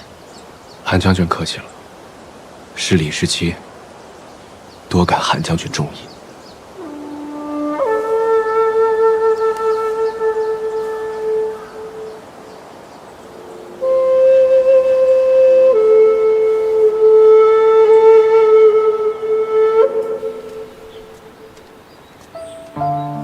这位韩将军，还真的是可以写入青史的人物呢。是啊，从前我也只想做一位威风凛凛的大将军，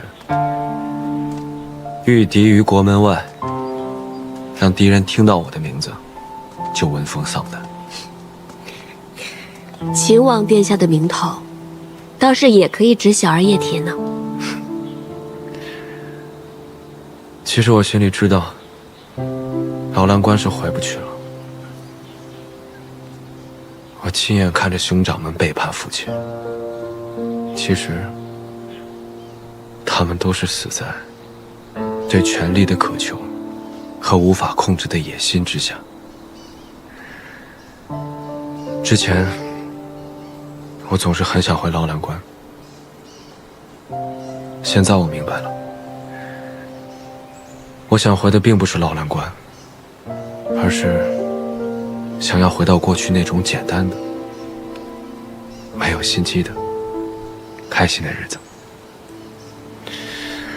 我太清楚，一旦成为储君，恐怕就要做很多身不由己的事。一个闲散之人和一国储君要担当的责任完全不同。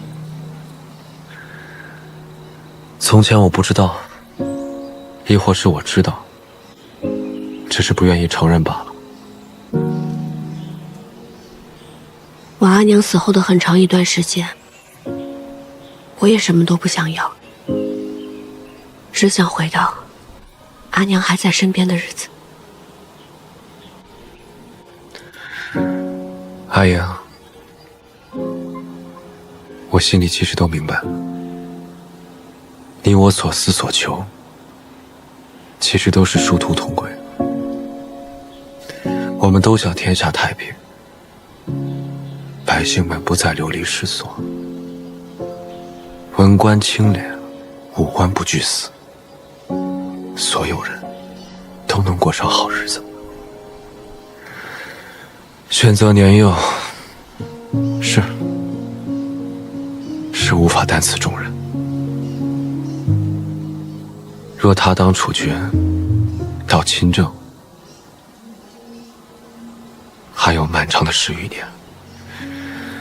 这10余年里，父皇是没有办法担当天下的。既然无人担当，那么就由我自己来担当。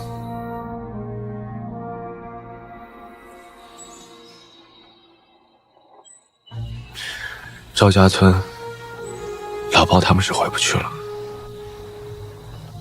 可这天下又何止一个赵家村？有千千万万的游子，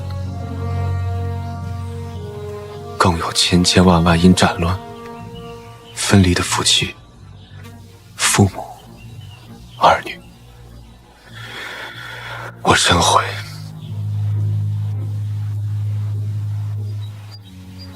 没能救得了老包他们。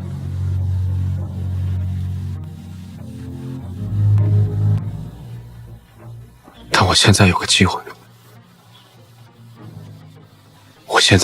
可以救更多的人。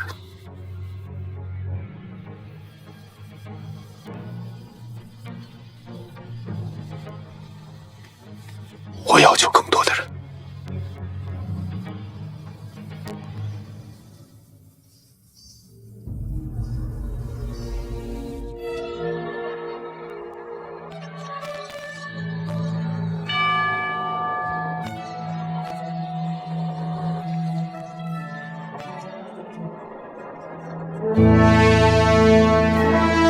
为大裕天泰元年，岁次乙未，皇帝若曰：惟尔秦王逆，孝而克忠，业而能勇，业著于内，救于天下之危，承祀宗庙社稷，筹资列辟，亲若前修，是用命尔为皇太子，王亲哉！而其敬贤以德，宽仁于内，无怠无荒，故保我宗基，可不甚于。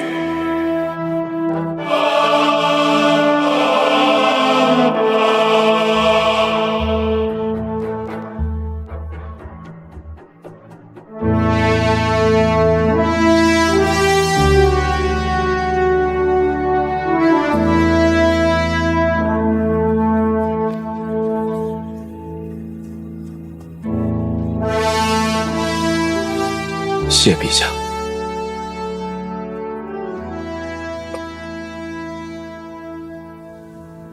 陛下，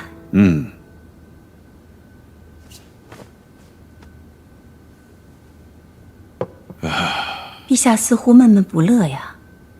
今天太子又和崔氏女一起出城去了，好多人都看到了，现在都把他当成趣闻来讲。哎，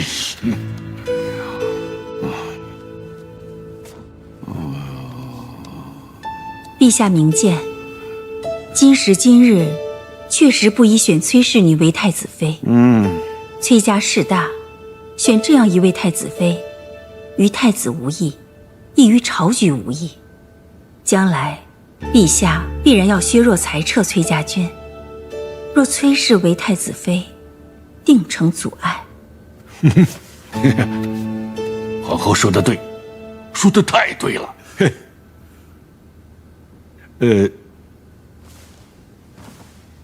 可要是崔氏女不行的话，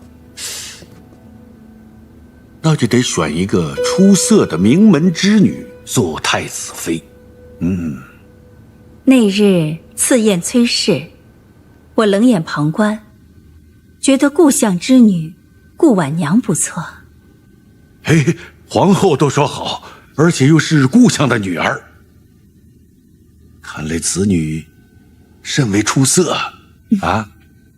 好，太好了。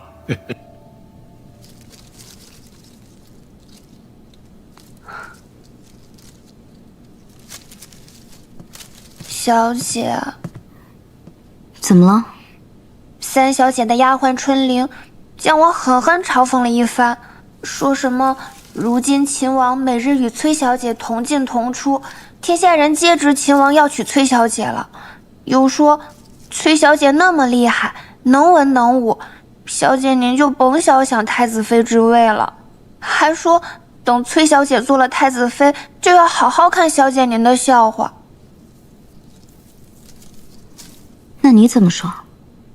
我牢牢记住小姐您的吩咐，一句话都没敢多说，就赶紧低头走了。就这样，春玲领着一群丫鬟对我好一阵嘲笑。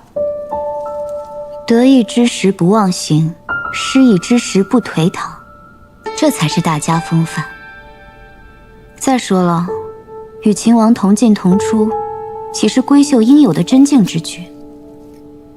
若崔小姐做得太子妃，那自然无妨。可若最后旁人成了太子妃，那不成了天大的笑话了。小姐说的是，我就睁大我的眼睛好好看着，看这位崔小姐到底能不能做太子妃。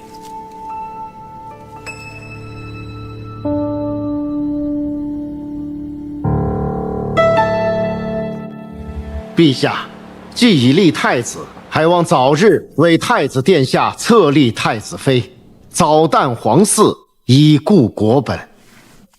臣附议，应从名门世家中广选良缘，择其优，为太子殿下册立太子妃梁帝宝林。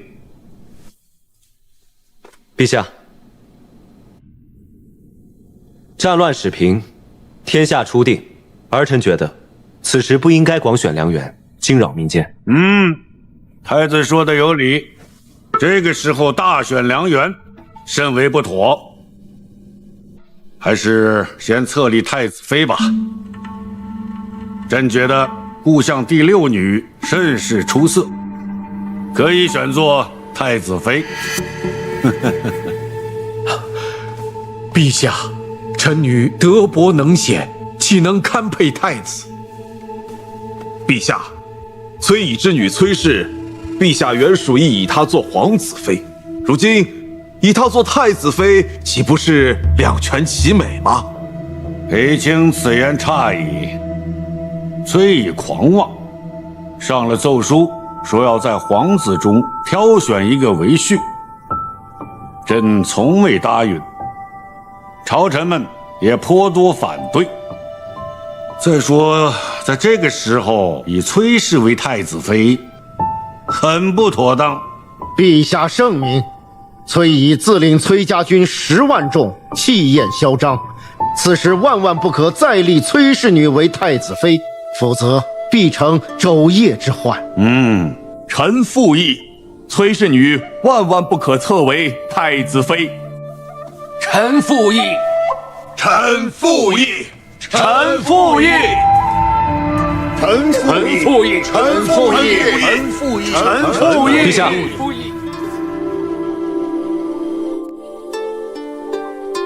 儿臣觉得如今谈婚姻之事尚早。如今北有接受未灭，西有秦军未定，南有百越未平，敌未灭，何以为家呢？娶妻生子，人伦大事，怎能说敌未灭，何以为家呢？陛下圣明，太子殿下以早册立太子妃，为圣朝万年之计，延绵宗嗣。陛下圣明，太子殿下已早册立太子妃，为圣朝万年之计，延绵宗嗣。石七郎，尝一尝。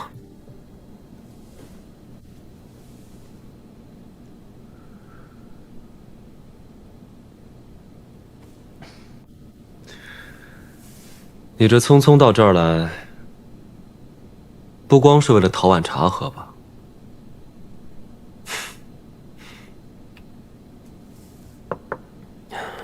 石七郎，陛下和群臣的意思，想必你也明白了。崔乙现在已经是平凉卫阳大将军，虽然他交卸了朔州道行军大总管的职务，但崔家军10万余众，只听令于崔乙一个人的。父女相传，太子妃焉能手握重兵啊？更何况，如果这个崔乙真的成了外戚，必定难以控御，恐生外戚之祸。是裴大将军让你跟我说的？不是，父亲的意思是不想让殿下为难呐。但是我觉得必须要告知殿下，咱们方才有回旋的余地。我会想办法的。其实今日你已经看到了，朝中群臣10有8九都是作死班相。连你也觉得我不应该娶阿英？石七郎，其实我是知道你的，你对崔小姐一往情深。但是石七郎，如果你真要娶崔小姐为太子妃的话，朝中群臣是不可能容忍崔家军的。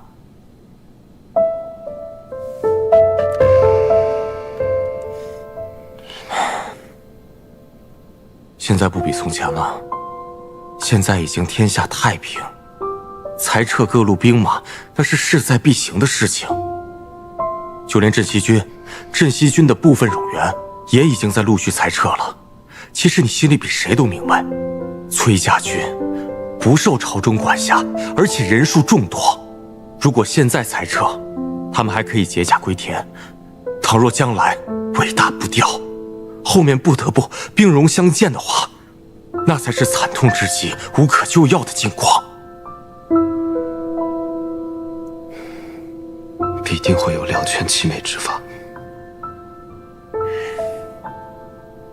石七郎，我是这样想的。其实崔小姐呢，通情达理，只要你动之以情，晓之以理的去劝她，我觉得不行，不能这么对待她。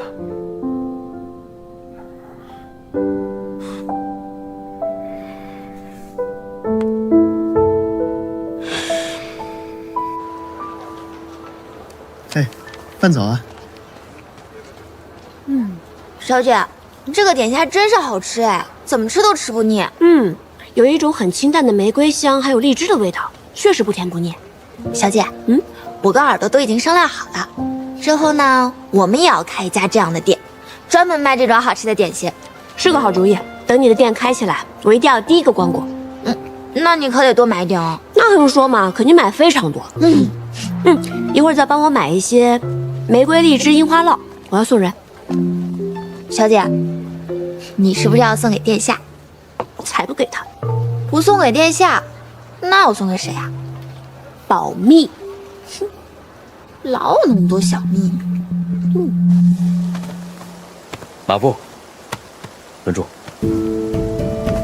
注意力要集中，走。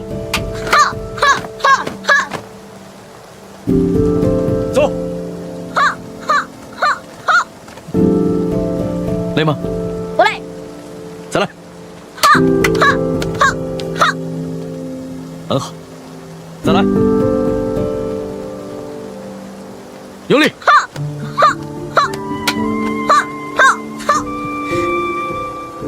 来。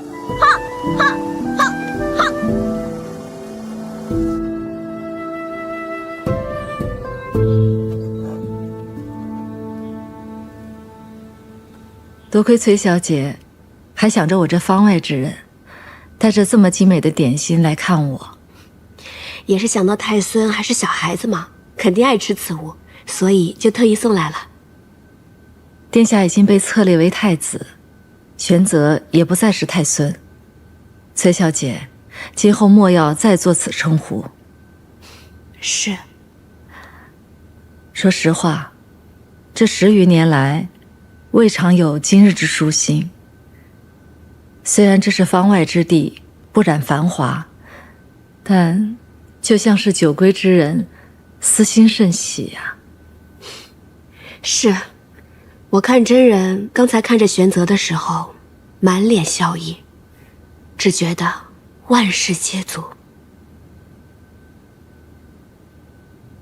崔小姐，马上就该成为太子妃了吧？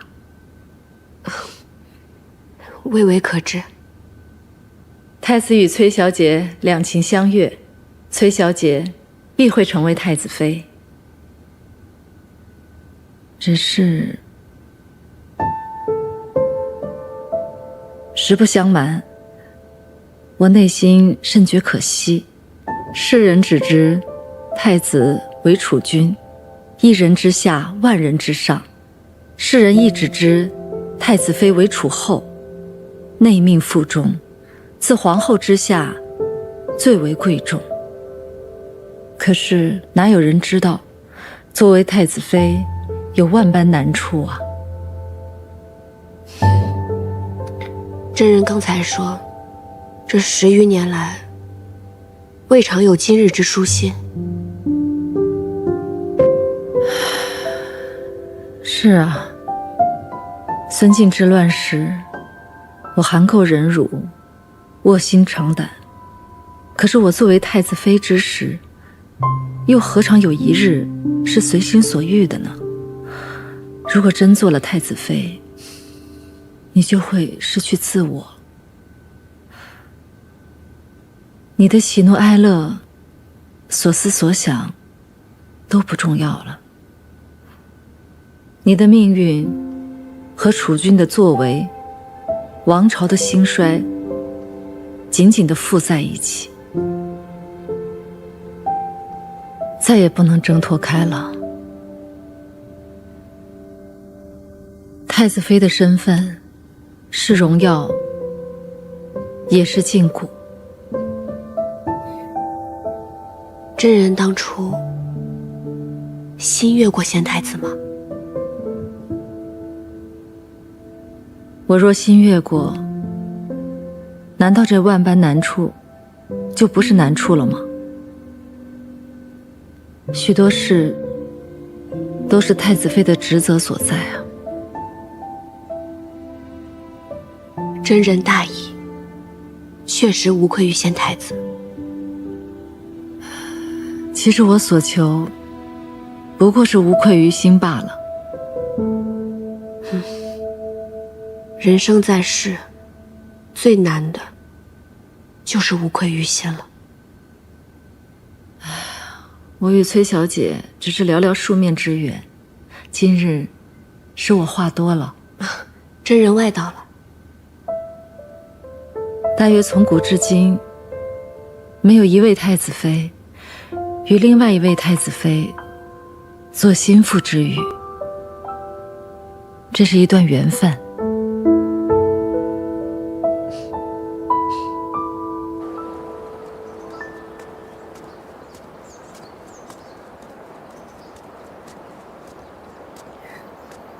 殿下，顾小姐免礼，约我到此，不知所为何事？是婉娘唐突了，贸然相约，实为婉娘惶恐万分。婉娘知道殿下与崔小姐早已有白首之约，万万没料到，陛下竟然指名提及婉娘。婉娘也不知道陛下为何忽有此意。若殿下允许，婉娘可请家父带上奏书，就说婉娘身子不好，不适婚配。婉娘自愿出家为道。顾小姐多虑了，怎能因为陛下的一句戏言，便耽误了你的终身呢？可人都说君无戏言，婉娘实在不愿殿下因婉娘的缘故耽误了与崔小姐的姻缘。或与崔小姐生了嫌隙，婉娘真的自愿出家为道。真的没什么事，你放心。阿英与我绝对不会因为他人而生了嫌隙。是。多谢崔小姐来看我们娘娘，娘娘她好久都没有这么开心了。从前在宫中，自不必多说了。自从接回了玄泽，娘娘的脸上才有了笑意。崔小姐来看望她，她的眼中也有了神采，真是难为崔小姐，每句话都能说在娘娘的心坎上。本来也是不好意思来打扰真人的清修，但是一想到其实玄泽还是个孩子，真人这么多年心力交瘁，实在不易，所以就想常来看看，不要嫌我聒噪才好呢。哪里，锦娘自是整日盼望着您能来。娘娘她虽然嘴上不说，但是心里也是盼着您来的。阿英，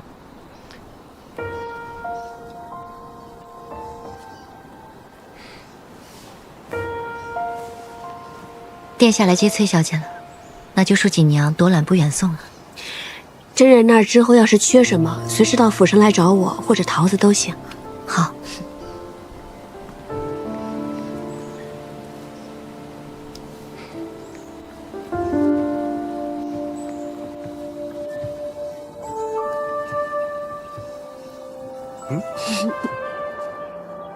玄泽还好吗？挺好的。你怎么不去看看他？小孩子心思敏感，他又一直颠沛流离，才刚到这里，我怕我去看他，反倒令他困扰。不会的，韩将军把他教得很好，萧妃娘娘也把他照顾得很好呢。是不是有些拘着他了？你这个人，又怕拘着他，又怕他困扰，自己又不去看他，那到底怎么样才好？小姐，那是不是殿下和崔小姐啊？等等，我怎么感觉咱们刚刚说的这番话是不是有些不对啊？严父慈母，我怎么感觉我变成慈母，你却是个严父呢？我呢，处处在为孩子开脱，你呢，干脆利索。谁跟你严父慈母？我看你倒是讨打的狠。嘿，好，上车。走吧。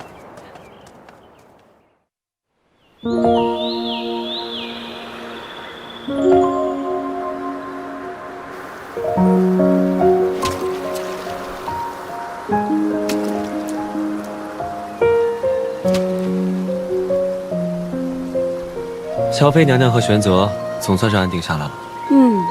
玄泽又长高了不少，练起武来也是有模有样。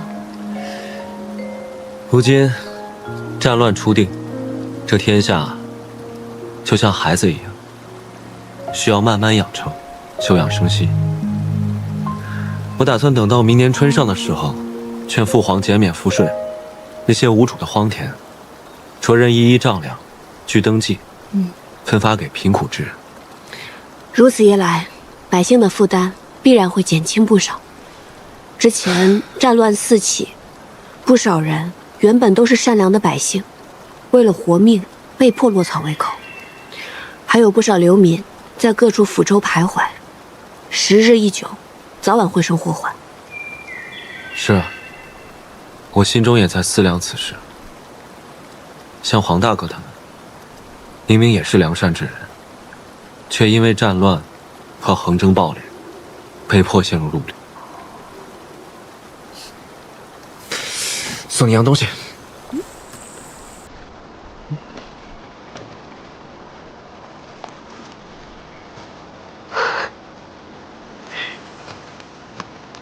这好可爱啊！这个是我吗？我的腿哪有这么短啊？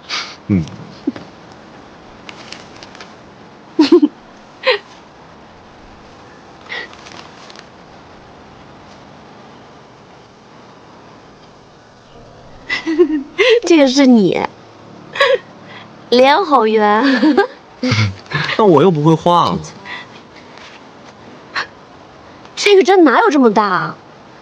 那太细了，不显眼嘛，只能往大了画了。你给我画的那幅皇孙劳作图啊，我现在都裱得好好的呢。什么时候再画一幅你自己送给我？你就不能自己画吗？我画成这样，你又不满意。看着看着习惯了，挺好看的。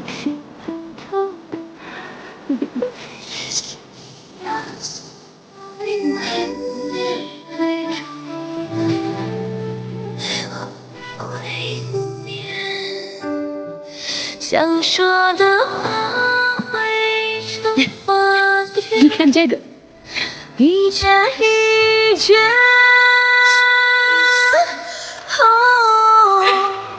你是眼睛这么大，脸这么圆，心就不是。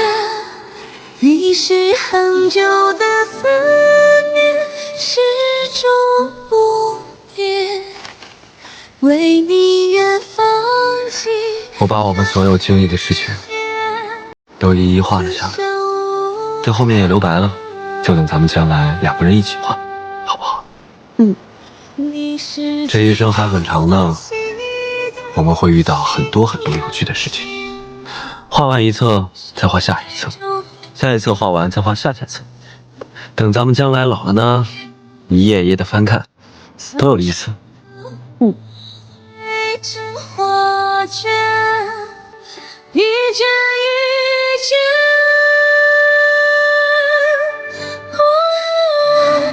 你是唯一的誓言，心照不宣。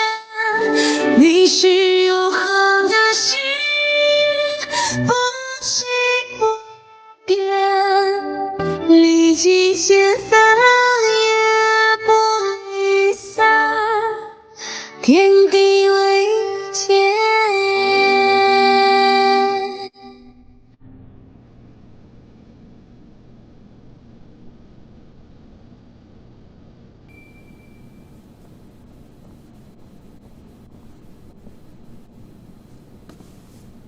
阿爹，阿爹，裴大将军来访，都说什么了？他说，陛下与朝中诸臣都反对你做太子妃，我反唇相讥，他却喟然长叹，说殿下与你两情相悦，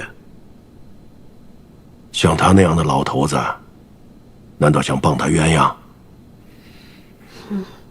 他劝我，为今之计，若裁撤全部崔家军，10万将士齐齐解甲归田，你才可能有机会嫁与李逆做太子妃。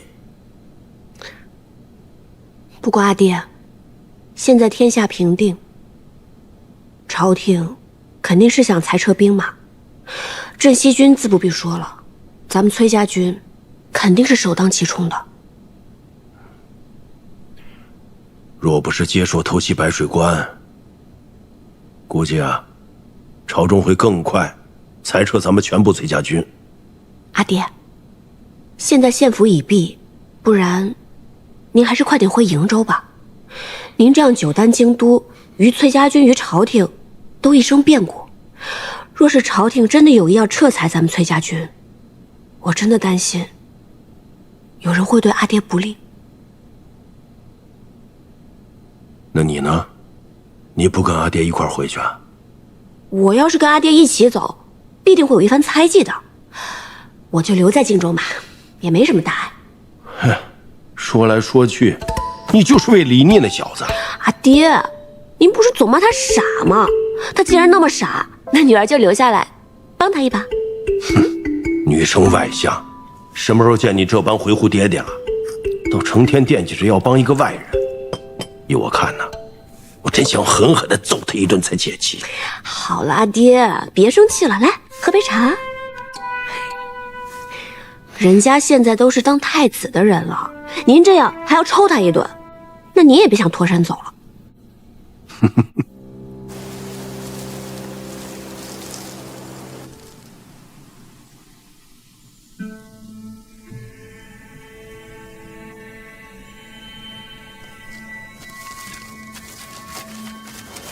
公子，吃点干粮吧。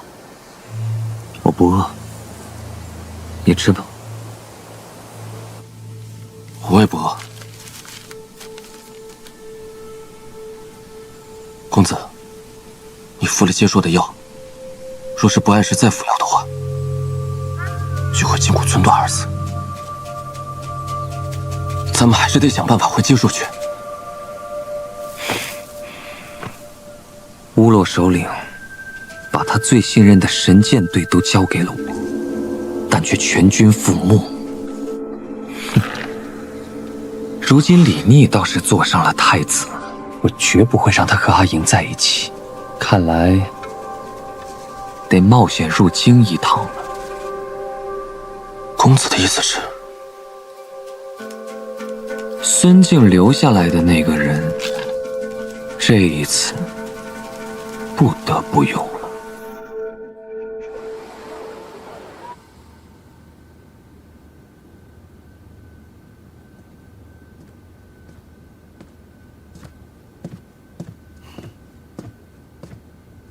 父亲，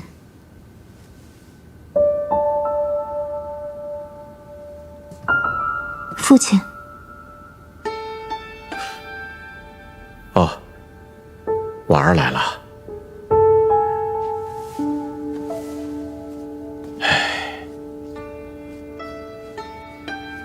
过来坐吧。父亲可是劳累了。刚刚来了一位多年老友，说了一会儿话，一时之间就走了神。父亲唤婉娘来，可是有事要说。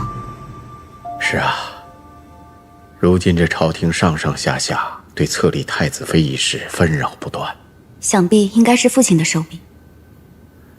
咱们这位陛下呀，是个软耳根，听风便是雨，稍加劝说就能如我们所愿。现在崔氏女不能被册封一事，已经达成共识。就算太子殿下想要一意孤行，也必然是拗不过陛下的旨意和群臣的极力反对。但咱们这位太子殿下和崔小姐都不是一般人，他们若是齐心协力，只怕是计谋百出，各有办法。所以得想个办法，能够让太子殿下跟这位崔小姐不能够齐心协力呀。父亲为相10余载，再难的公事，到了父亲手里，还不是妥妥帖帖？这点事又算得了什么？太子妃所育之子，未来亦是天子，能不能让天子唤您一声阿翁，就在此一举了。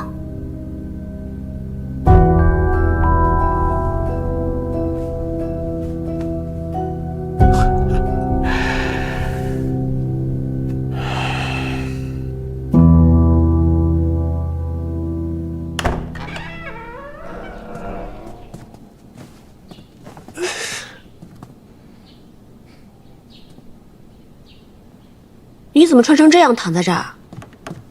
过来。哎呀，崔伯父走的时候给你留了多少人手啊？我怎么感觉这府里完全不设防？我穿成这样，行动这么不便，我刚进来的时候就差拆窗破墙了，就这都没有人发现拦住我。京里虽然太平了，但也要防范一些。所以殿下这是一下朝，衣裳都没来得及换，就直奔我这儿来了。你都不知道，今日崔伯父辞京而去，这朝中又一片哗然，一个个逼着我娶太子妃，一个个又逼着不让我娶你，吵来吵去，我便反驳了2句。好了，这些大臣哭的哭，喊的喊，我父皇又趁机骂了我一顿，烦都烦死了。谁是你崔伯父？你不是吧？这崔伯父一走，你就不认了？阿英，我们私奔吧。哼，普天之下莫非王土，殿下这是想要跟我私奔到哪儿去呢？要不你先回瀛州，我去跟那些大臣说，我谁也不娶，谁爱娶太子妃谁娶。然后我就找个由头，直奔瀛州，咱们拜堂成亲，生他个7、8个娃娃。都不用7、8个，等生到第3个，说不定大臣们就绷不住了，就会让你做太子妃。殿下知不知道要生7、8个娃娃需要花多长时间？我知道，总得个10年8年吧。到时候黄花菜都凉了，那怎么办呢？这朝中政务又不能不管，若我一走，我的那位父皇又不知道异想天开又能干出什么事。到时候我还得收拾残局。不然这样吧，我还是回瀛州去。反正呢，我只想做你的妻子，又不想做太子妃。到时候你常来看我就是了。这种话你都说得出口？我现在是太子，你却不做太子妃，那谁做？说这种话，看我不罚你！殿下，小裴将军来了，说有要事商议。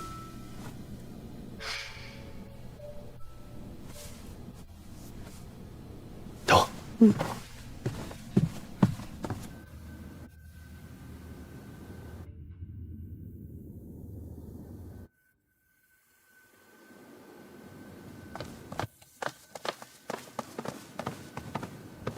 父皇，免礼。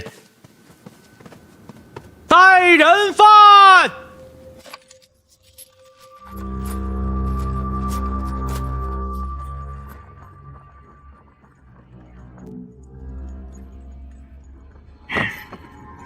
杰硕身吏部家里见过皇帝陛下，陛下万岁万岁万万岁！好了，你说你要出手，到底出手何人？家里要出手崔乙，